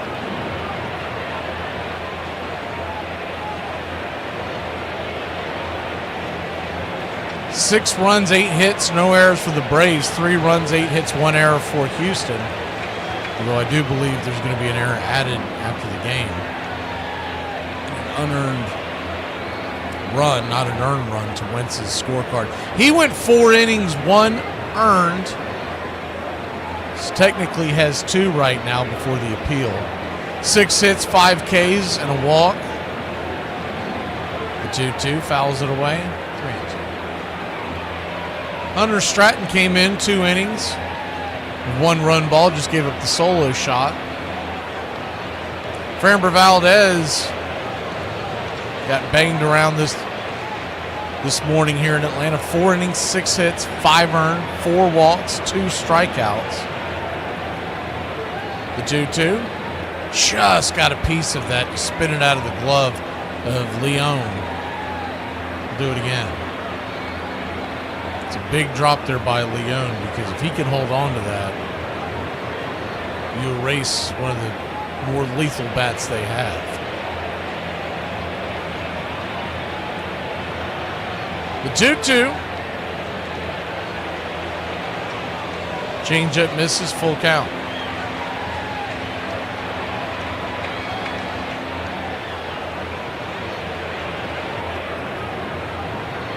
The payoff pitch. Swing, bangs it high and deep. Down the right field line, out of play.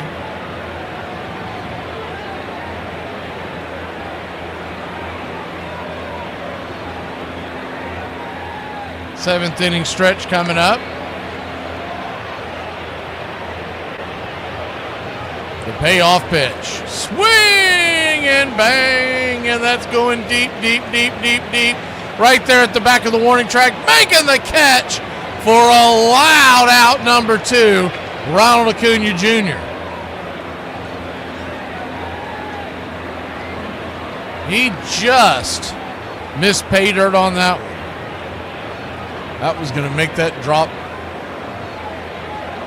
3rd strike even bigger. Instead, it'll just be a fly out in the scorecard tomorrow morning.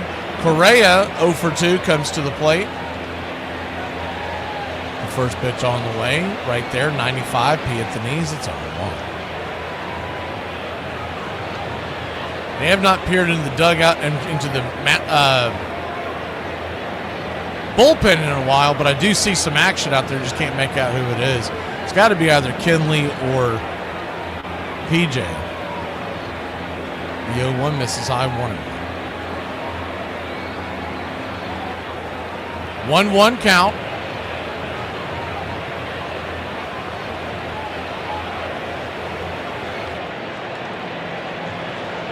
Two and 1.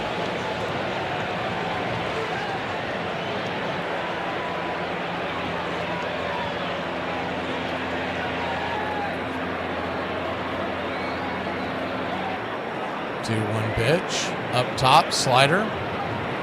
About letter high, 2-2.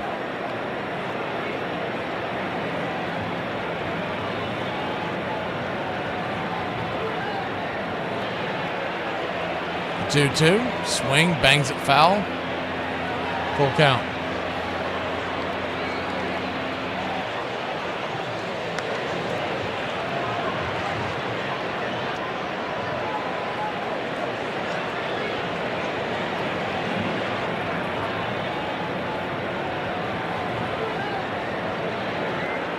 Two-two, swing, fouls it away.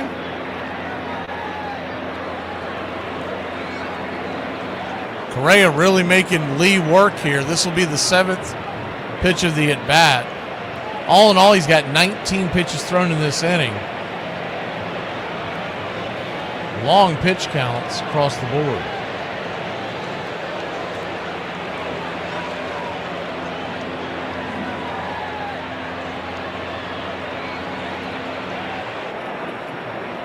The 2-2.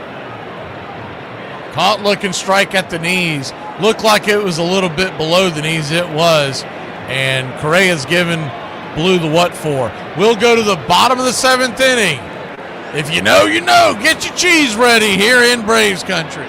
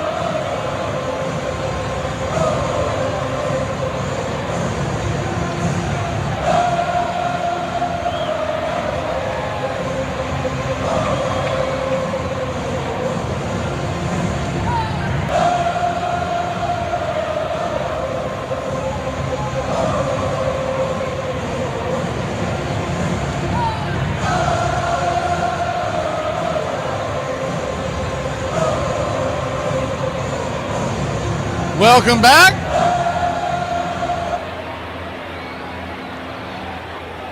Marcell Ozuna, the batter. Righty-righty matchup. Craig Kimbrell, remember that guy? First pitch on the way. Four-seam outside wide. It's 1-0.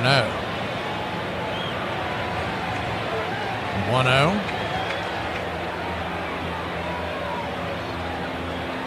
Takes and fires. 94 misses, 2-0. 2-0 count.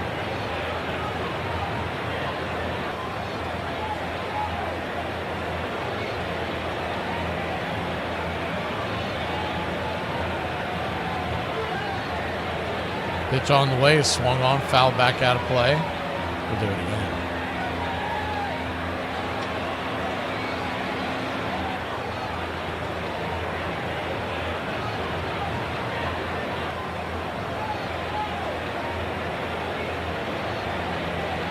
The 2-1 from Kimbrell. Swing! That ball's belted into left field, down for a base hit. Smoked! And it's a leadoff single for Marcell Ozuna and your Atlanta Braves.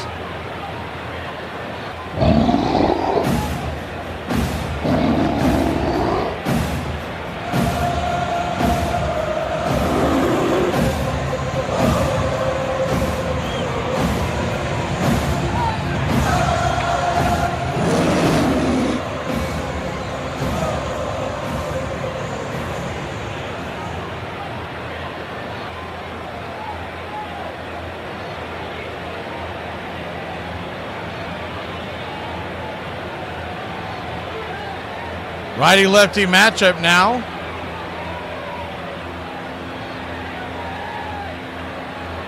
Pitch on the way. Runner goes, and Eli White, who came on for Marcell Ozuna, has the base stolen. And just like that, we got a runner in scoring position. Good steal by Eli White.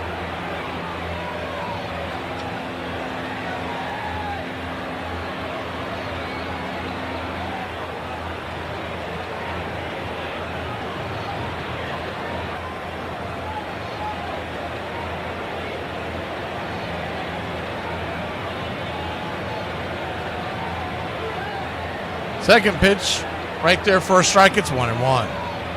The 1-1 righty-lefty matchup. High and out of the zone, 94 miles an hour. 2-1.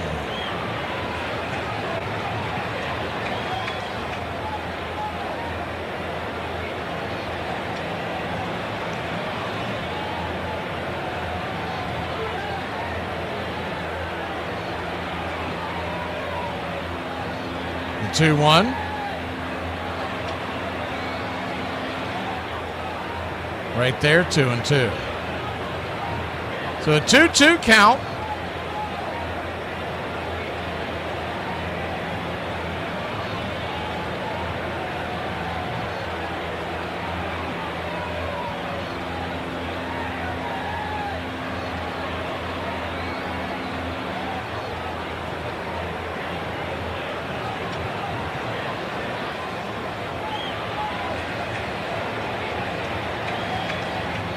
Infield back and to the right.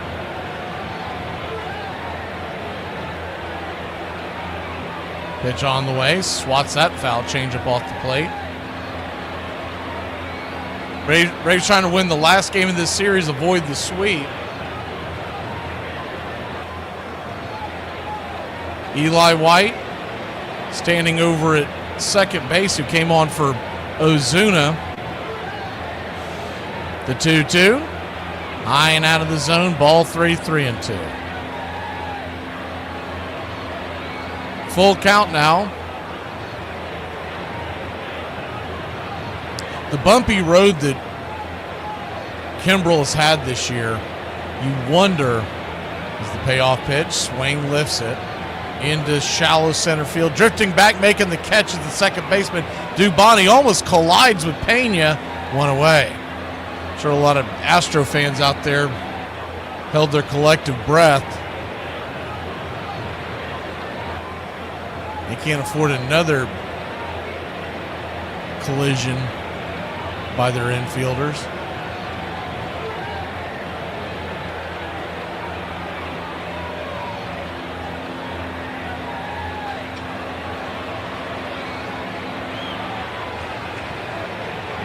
Kimbrel spins around and chases Eli back to second base.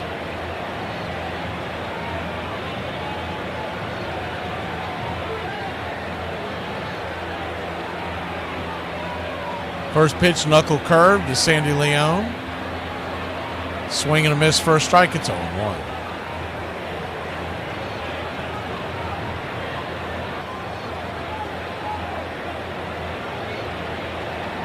The 0-1. Swing, hammers that high and deep. If it's fair, it's gone. Get up, stay left. Zip, boom, bam, it's gone. Ram-a-lam-a ding-dong. A deuce. Dropping a deuce into the chop house, baby. It's 8-3. We got a snowman on the board. He just hooked that thing, and it kept carrying. 369 happy feet later,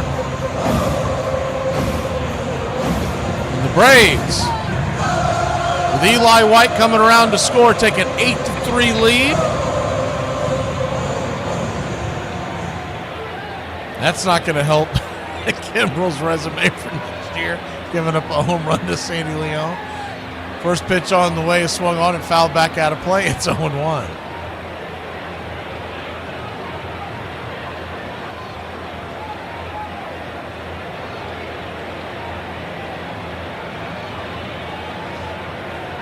The 0-1 slices it foul. 0-2. Kimbrel has been with Houston up with the big clubs since August 24th.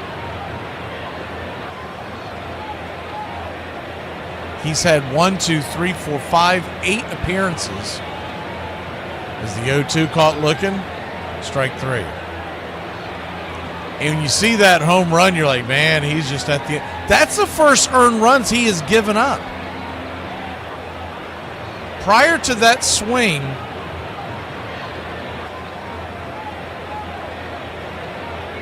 they weren't all complete innings. He was coming in, putting out the fire. But Sandy Leone, his 2-run home run, that was the first run he had given up in over 6 innings of work since coming up in August in 8 appearances. The first pitch off the 0-1 to Jurickson Profar, that is down for a base hit, and we'll go back to the Jerk store on a Sunday afternoon. Well, the Jerk store, Cole. They're running out of you. It's smart. It's a smart line, and a smart crowd will appreciate it. And I'm not going to dumb it down for some bonehead mass audience.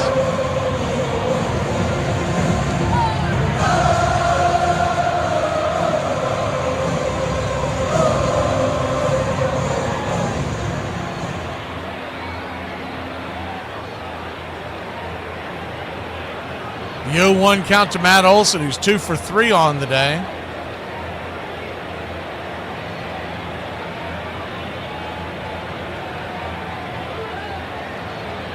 Kimbrel, his 21st pitch of the afternoon.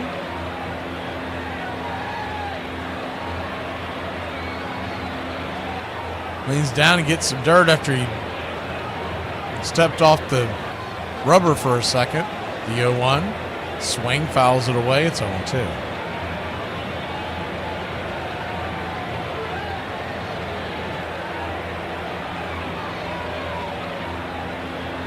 Oh-2 count.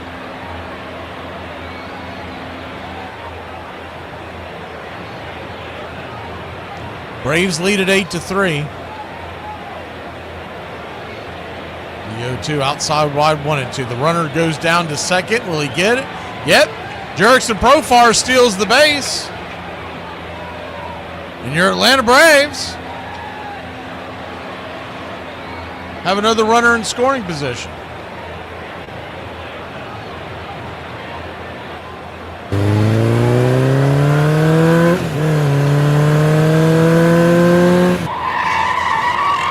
1-2. Down and away, 2-2. Infield back and to the right.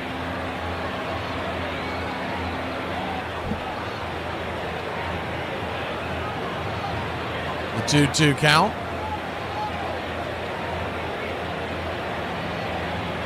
Kimbrel spins and chases Profar back to the bag. Nobody covering.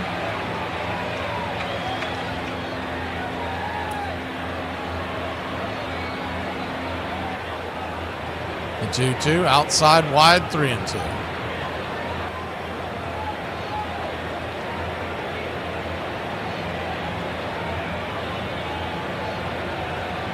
Full count now. Standing on deck is Acuna. The payoff pitch, swing. Lifts it high and deep into center field, but not deep enough. That'll end the inning, but not before your Atlanta Braves put 2 on the board. Sandy Leon, the Lion, on a Sunday afternoon.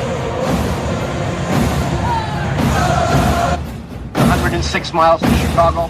We got a full tank of gas, half a pack of cigarettes. It's dark, and we're wearing sunglasses. Hit it. It's happy hour. When wins become losses and losses become wins.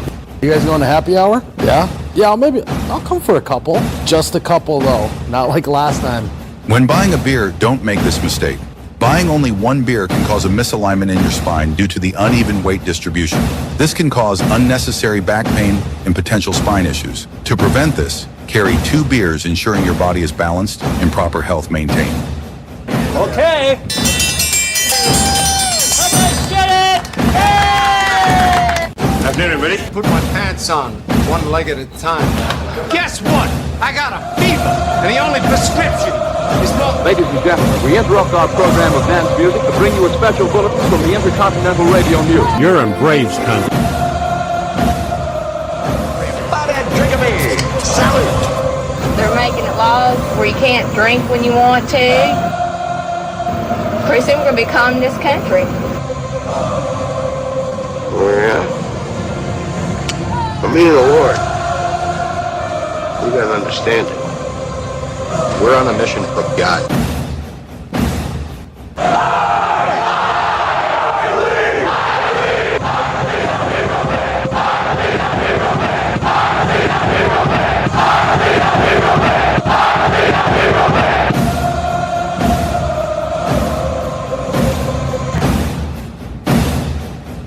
If you want to stop me, you're gonna have to kill me!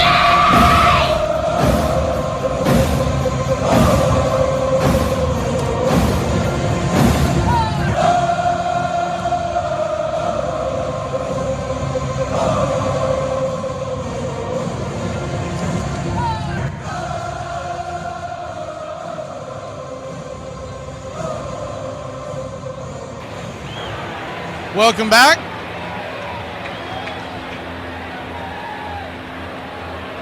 Here's Johnson, fires the first pitch in for a strike. Christian Walker, it's 0-1. Righty-righty matchup, the 0-1. Swing and a miss. It's 0-2.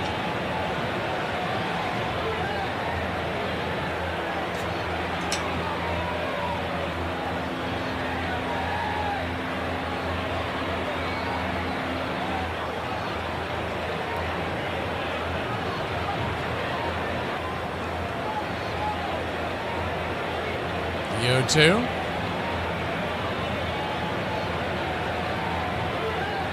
Swing and a miss, strike 3. 1 away.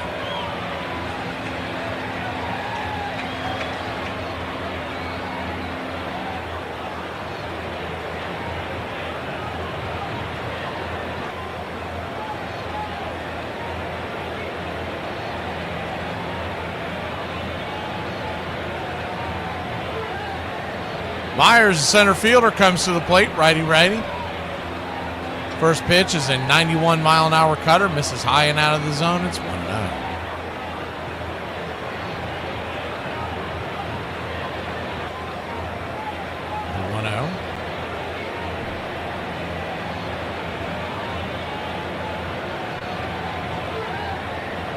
right there for a strike.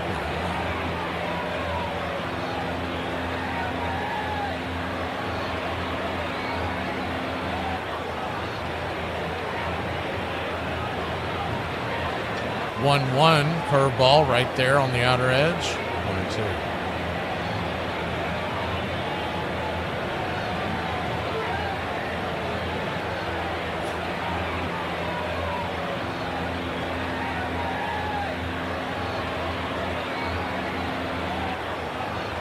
One-two count. Myers 1 for 3.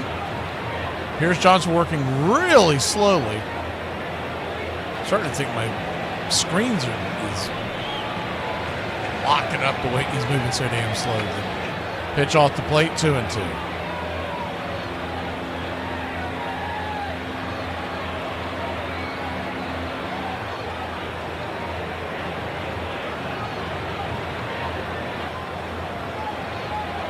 The 2-2 swing, hammered into left field, down for a base hit. 1 out single.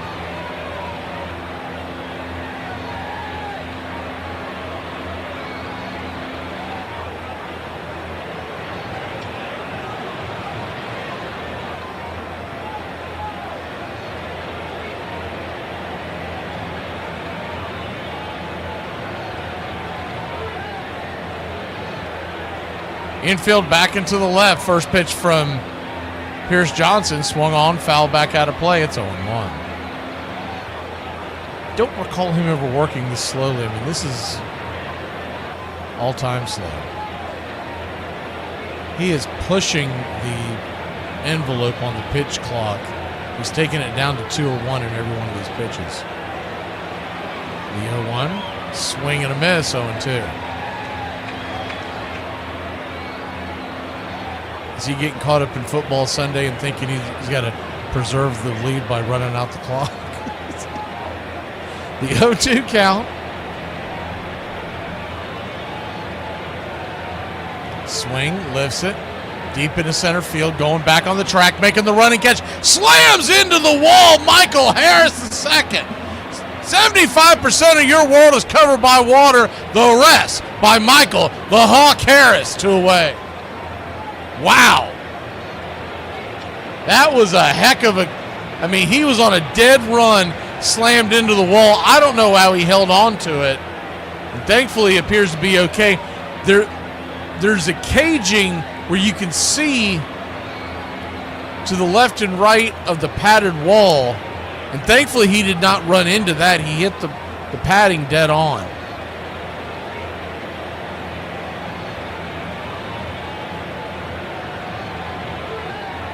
Good defensive play by Harris. What they know about that? God bless you, Mike. Keep your game tight. Never know. You know what I'm saying? I got a little razzle dazzle.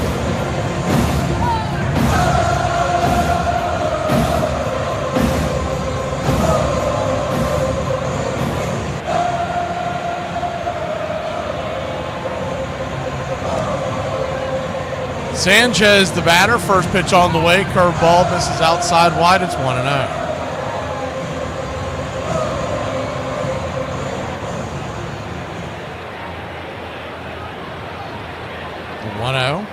Righty lefty.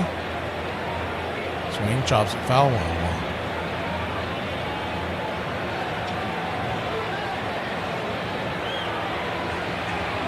Have y'all seen the new Dr. Pepper ad with Jerry Jones in it? It's pretty good.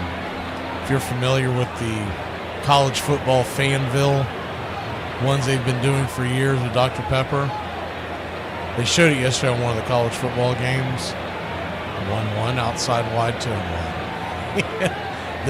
I don't know the names of the actors, but the little characters, the husband and wife are riding around. They dropped their kid outside of a store to get, I don't know, donuts or something, whatever it is, getting ready for the game. And while they're looking around, they're like, why is nobody's dressed in football attire? And they're saying everybody's just going to yoga class. The 2-1 pops it up high and deep into center field, but an easy jog this time for Harris will end the inning. Michael Harris saved the day. We'll be back in a flash. Braves lead at 8-3. I'll finish that Jerry Jones thing when we come back. It's a pretty good one. Everybody in this room knows the way that I feel about a lot of things. Basically, everybody's too soft. Everybody's too sensitive about everything. Hi, honey. I just got done at the car shop. I got the oil change, and then I also got a really good deal on putting air in the tires.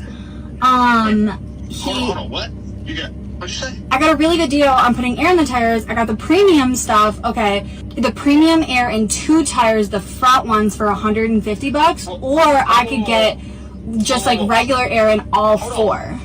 Huh? Hold on. Yeah. What do you mean by premium air? What are you talking about?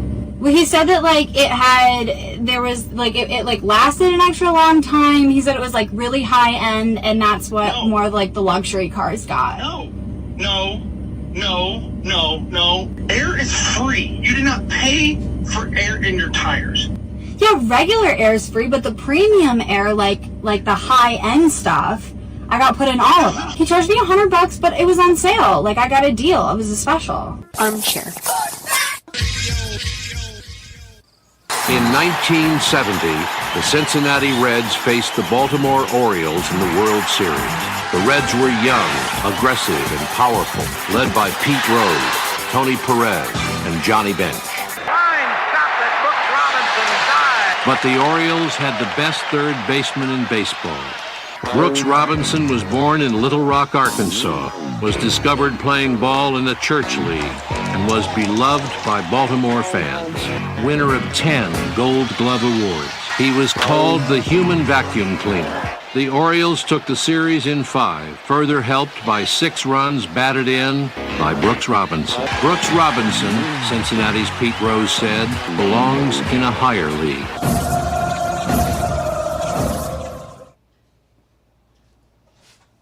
Welcome back. First pitch swinging by Ronald Acuna Jr. is going to be a line drive out second base. 1 away. Yes, and for those of y'all who haven't seen it with Jerry Jones. So they're doing the Fanville thing, looking for donuts or whatever, and they look around and go, why isn't anybody dressed in college football gear? And, you know, what are they doing? There are people going to like yoga classes with their mats rolled up under their arm and, you know, flying kites and stuff. And it's Saturday morning and they're freaking out because they're like, what is wrong? As the first pitch on the way is inside to France. It's 0-1. Righty-lefty matchup. Ozzie Albies, the batter, the 0-1. Swing and a miss. 0-2. And finally, you see the wife ask something like, something to the effect of, why aren't y'all getting ready for the big game? And you see Jerry Jones pop out of nowhere and he goes, the big game? The big boys don't play till Sunday. And they bark tires and leave their kid behind. They go, we got to get out of here. We're in Pro City. Back to Fanville. Raisel Iglesias is warming up in the Braves bullpen with the 5-run lead, the 1-2. Swing, chops it foul. Do it again. I probably can't do it justice, but it was funny as hell. Because I did not expect to see Jerry Jones pop into a Dr. Pepper commercial. I've always liked those commercials. They're pretty funny. They're pretty well thought out. 1-2 count. In the dirt, 2-2.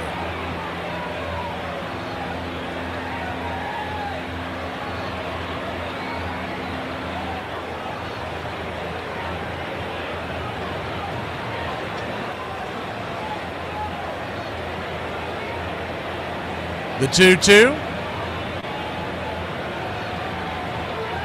High and out of the zone, ball 3-2. Braves lead at 8-3. You wouldn't mind getting a couple extra insurance runs, but I think Iglesias is ready to roll. Kind of just want to get him out there. Let's get some clean at bats and get him out there ready to roll to slam the door. The payoff pitch, swing, lifts it. Into right field, running in, making the running catch. In right field is Sanchez, who came on for Smith last inning for a pinch hit appearance. 2 away. After today, 2 weeks from today, the final day of the regular season, And then we go in October, and we will be doing a ton of MLB postseason games. First pitch on the way to Kim. Misses high for a ball. It's 1-0. Ha-Sung Kim. This can't be understated. He is 3 for 4 on the day. He's had some pretty big at-bats in this game. The 1-0. Just misses outside 1-1.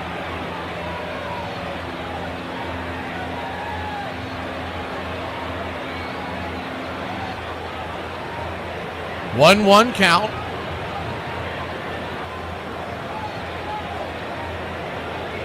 Cutter right there, 1-2. Sandy Leon in his own right, he had 3 hit with that 2-run home run. He has 3 RBIs today.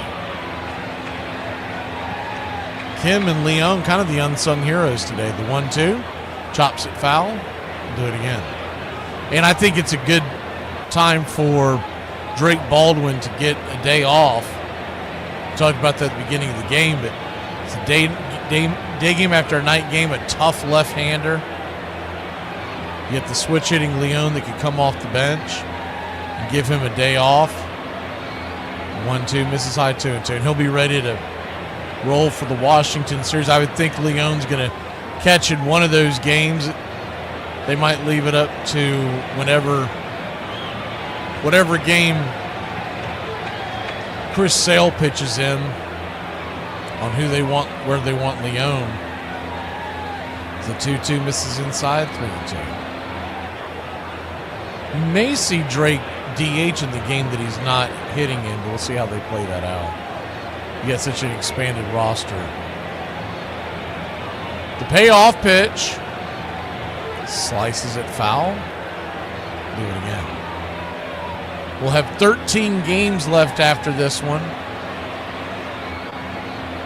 7 this week with the doubleheader, and 6 the following week. By the way, Rangers have tied it up with the Mets in the 9th. It's 2-2. The payoff pitch, down and away, ball 4. So he'll head on down to first.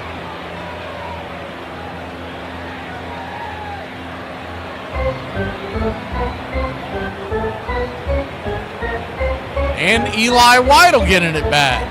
Came into pinch run, came around to score after Ozuna got the base hit. A home run earlier this week.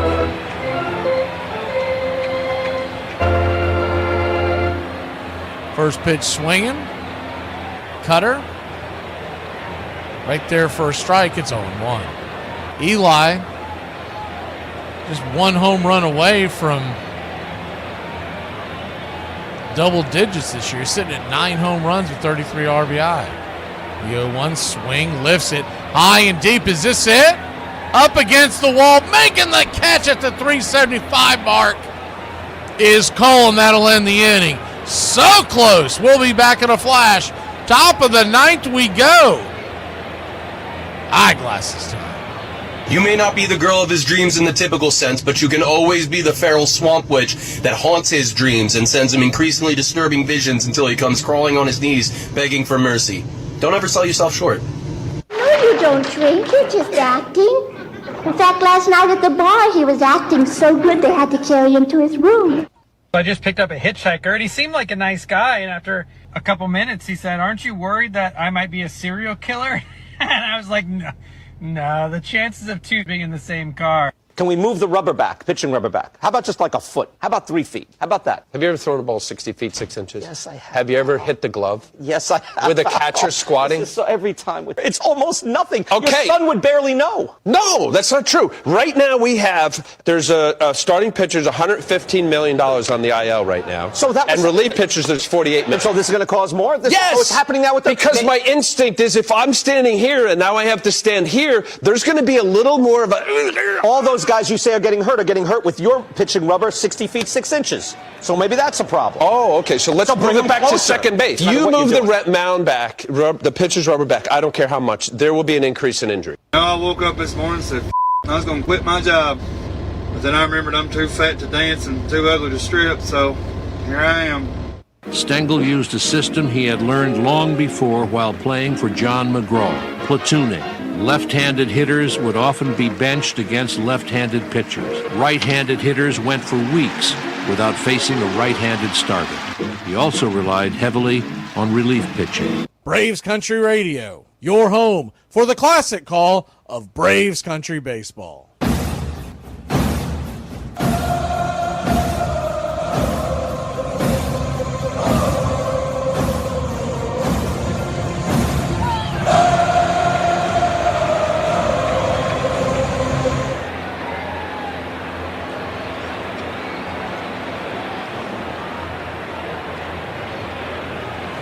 Welcome back.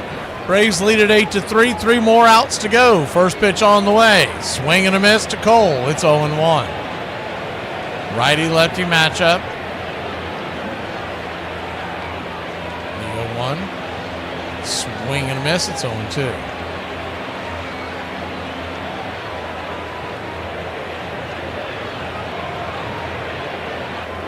One thing's for sure, next year when we're punching our ticket to the playoffs, we'll be much more appreciative after this year. The 0-2, outside, wide, 1-2.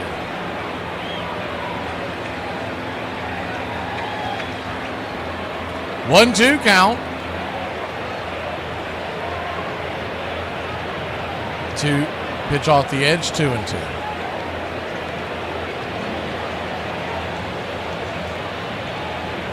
The 2-2. Swing and a miss, strike 3. 94 high heat, about eyeball level, 1 away. Youngster Cole go back to the drawing board and figure things out. That'll bring Caratini to the plate. Pinch hitting for Dubon. Pena stands on deck.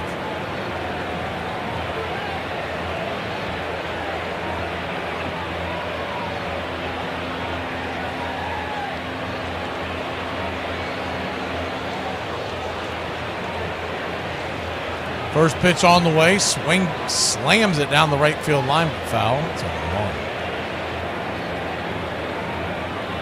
The 0-1.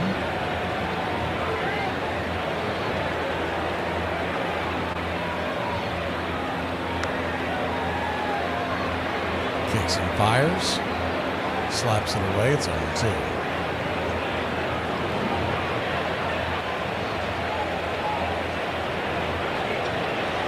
They're in extra innings there in New York. It's still 2-2, Rangers and Mets. The 0-2 pitch. Caught, looking strike 3. He got caught watching the paint dry. 2 down. Smacked it right there on the inside track. 95p at the knees.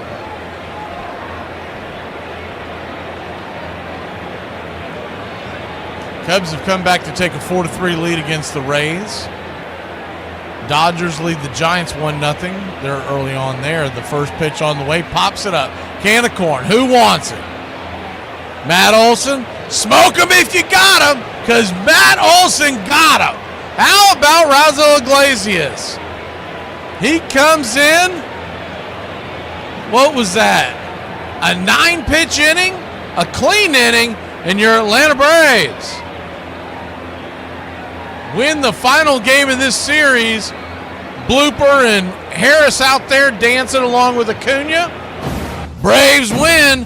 Braves win. Your Atlanta Braves win. Whiskey for my men, beer for my horses. 8-3, the finale of this series.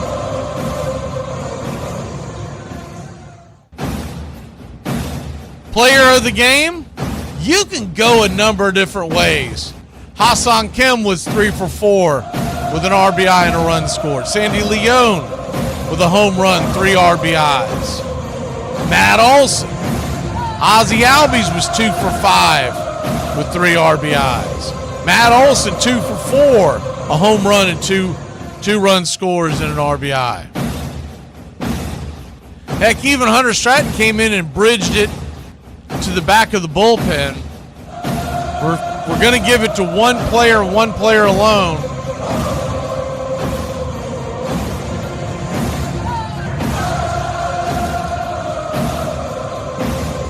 Let's give it to Matt Olson. He got things going with a home run. Went 2 for 4 on the day. He also walked. But you could win the argument with any of the people that I just mentioned. Harris had a hit. Marcelo Ozuna got a base hit. Profar went 1 for 3. And Joey Wentz, though he wasn't electric, he did go 4 innings and give up the 2, and he punched out 5. That's not nothing. We'll see you tomorrow, 12 p.m. Eastern, for you Country Club members, Braves Country Today. And then tomorrow night, it's an early game, 6:45 first pitch. We'll see you then. Braves and the Nats. 4-game series in just 3 days.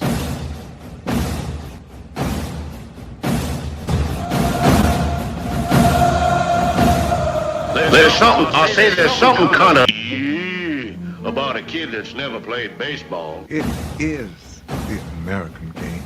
That's just what it is. And actually, I can feel like I'm 15 when I'm talking baseball. I'm watching baseball. This is it. It does this. It can do this to any. It brings you back.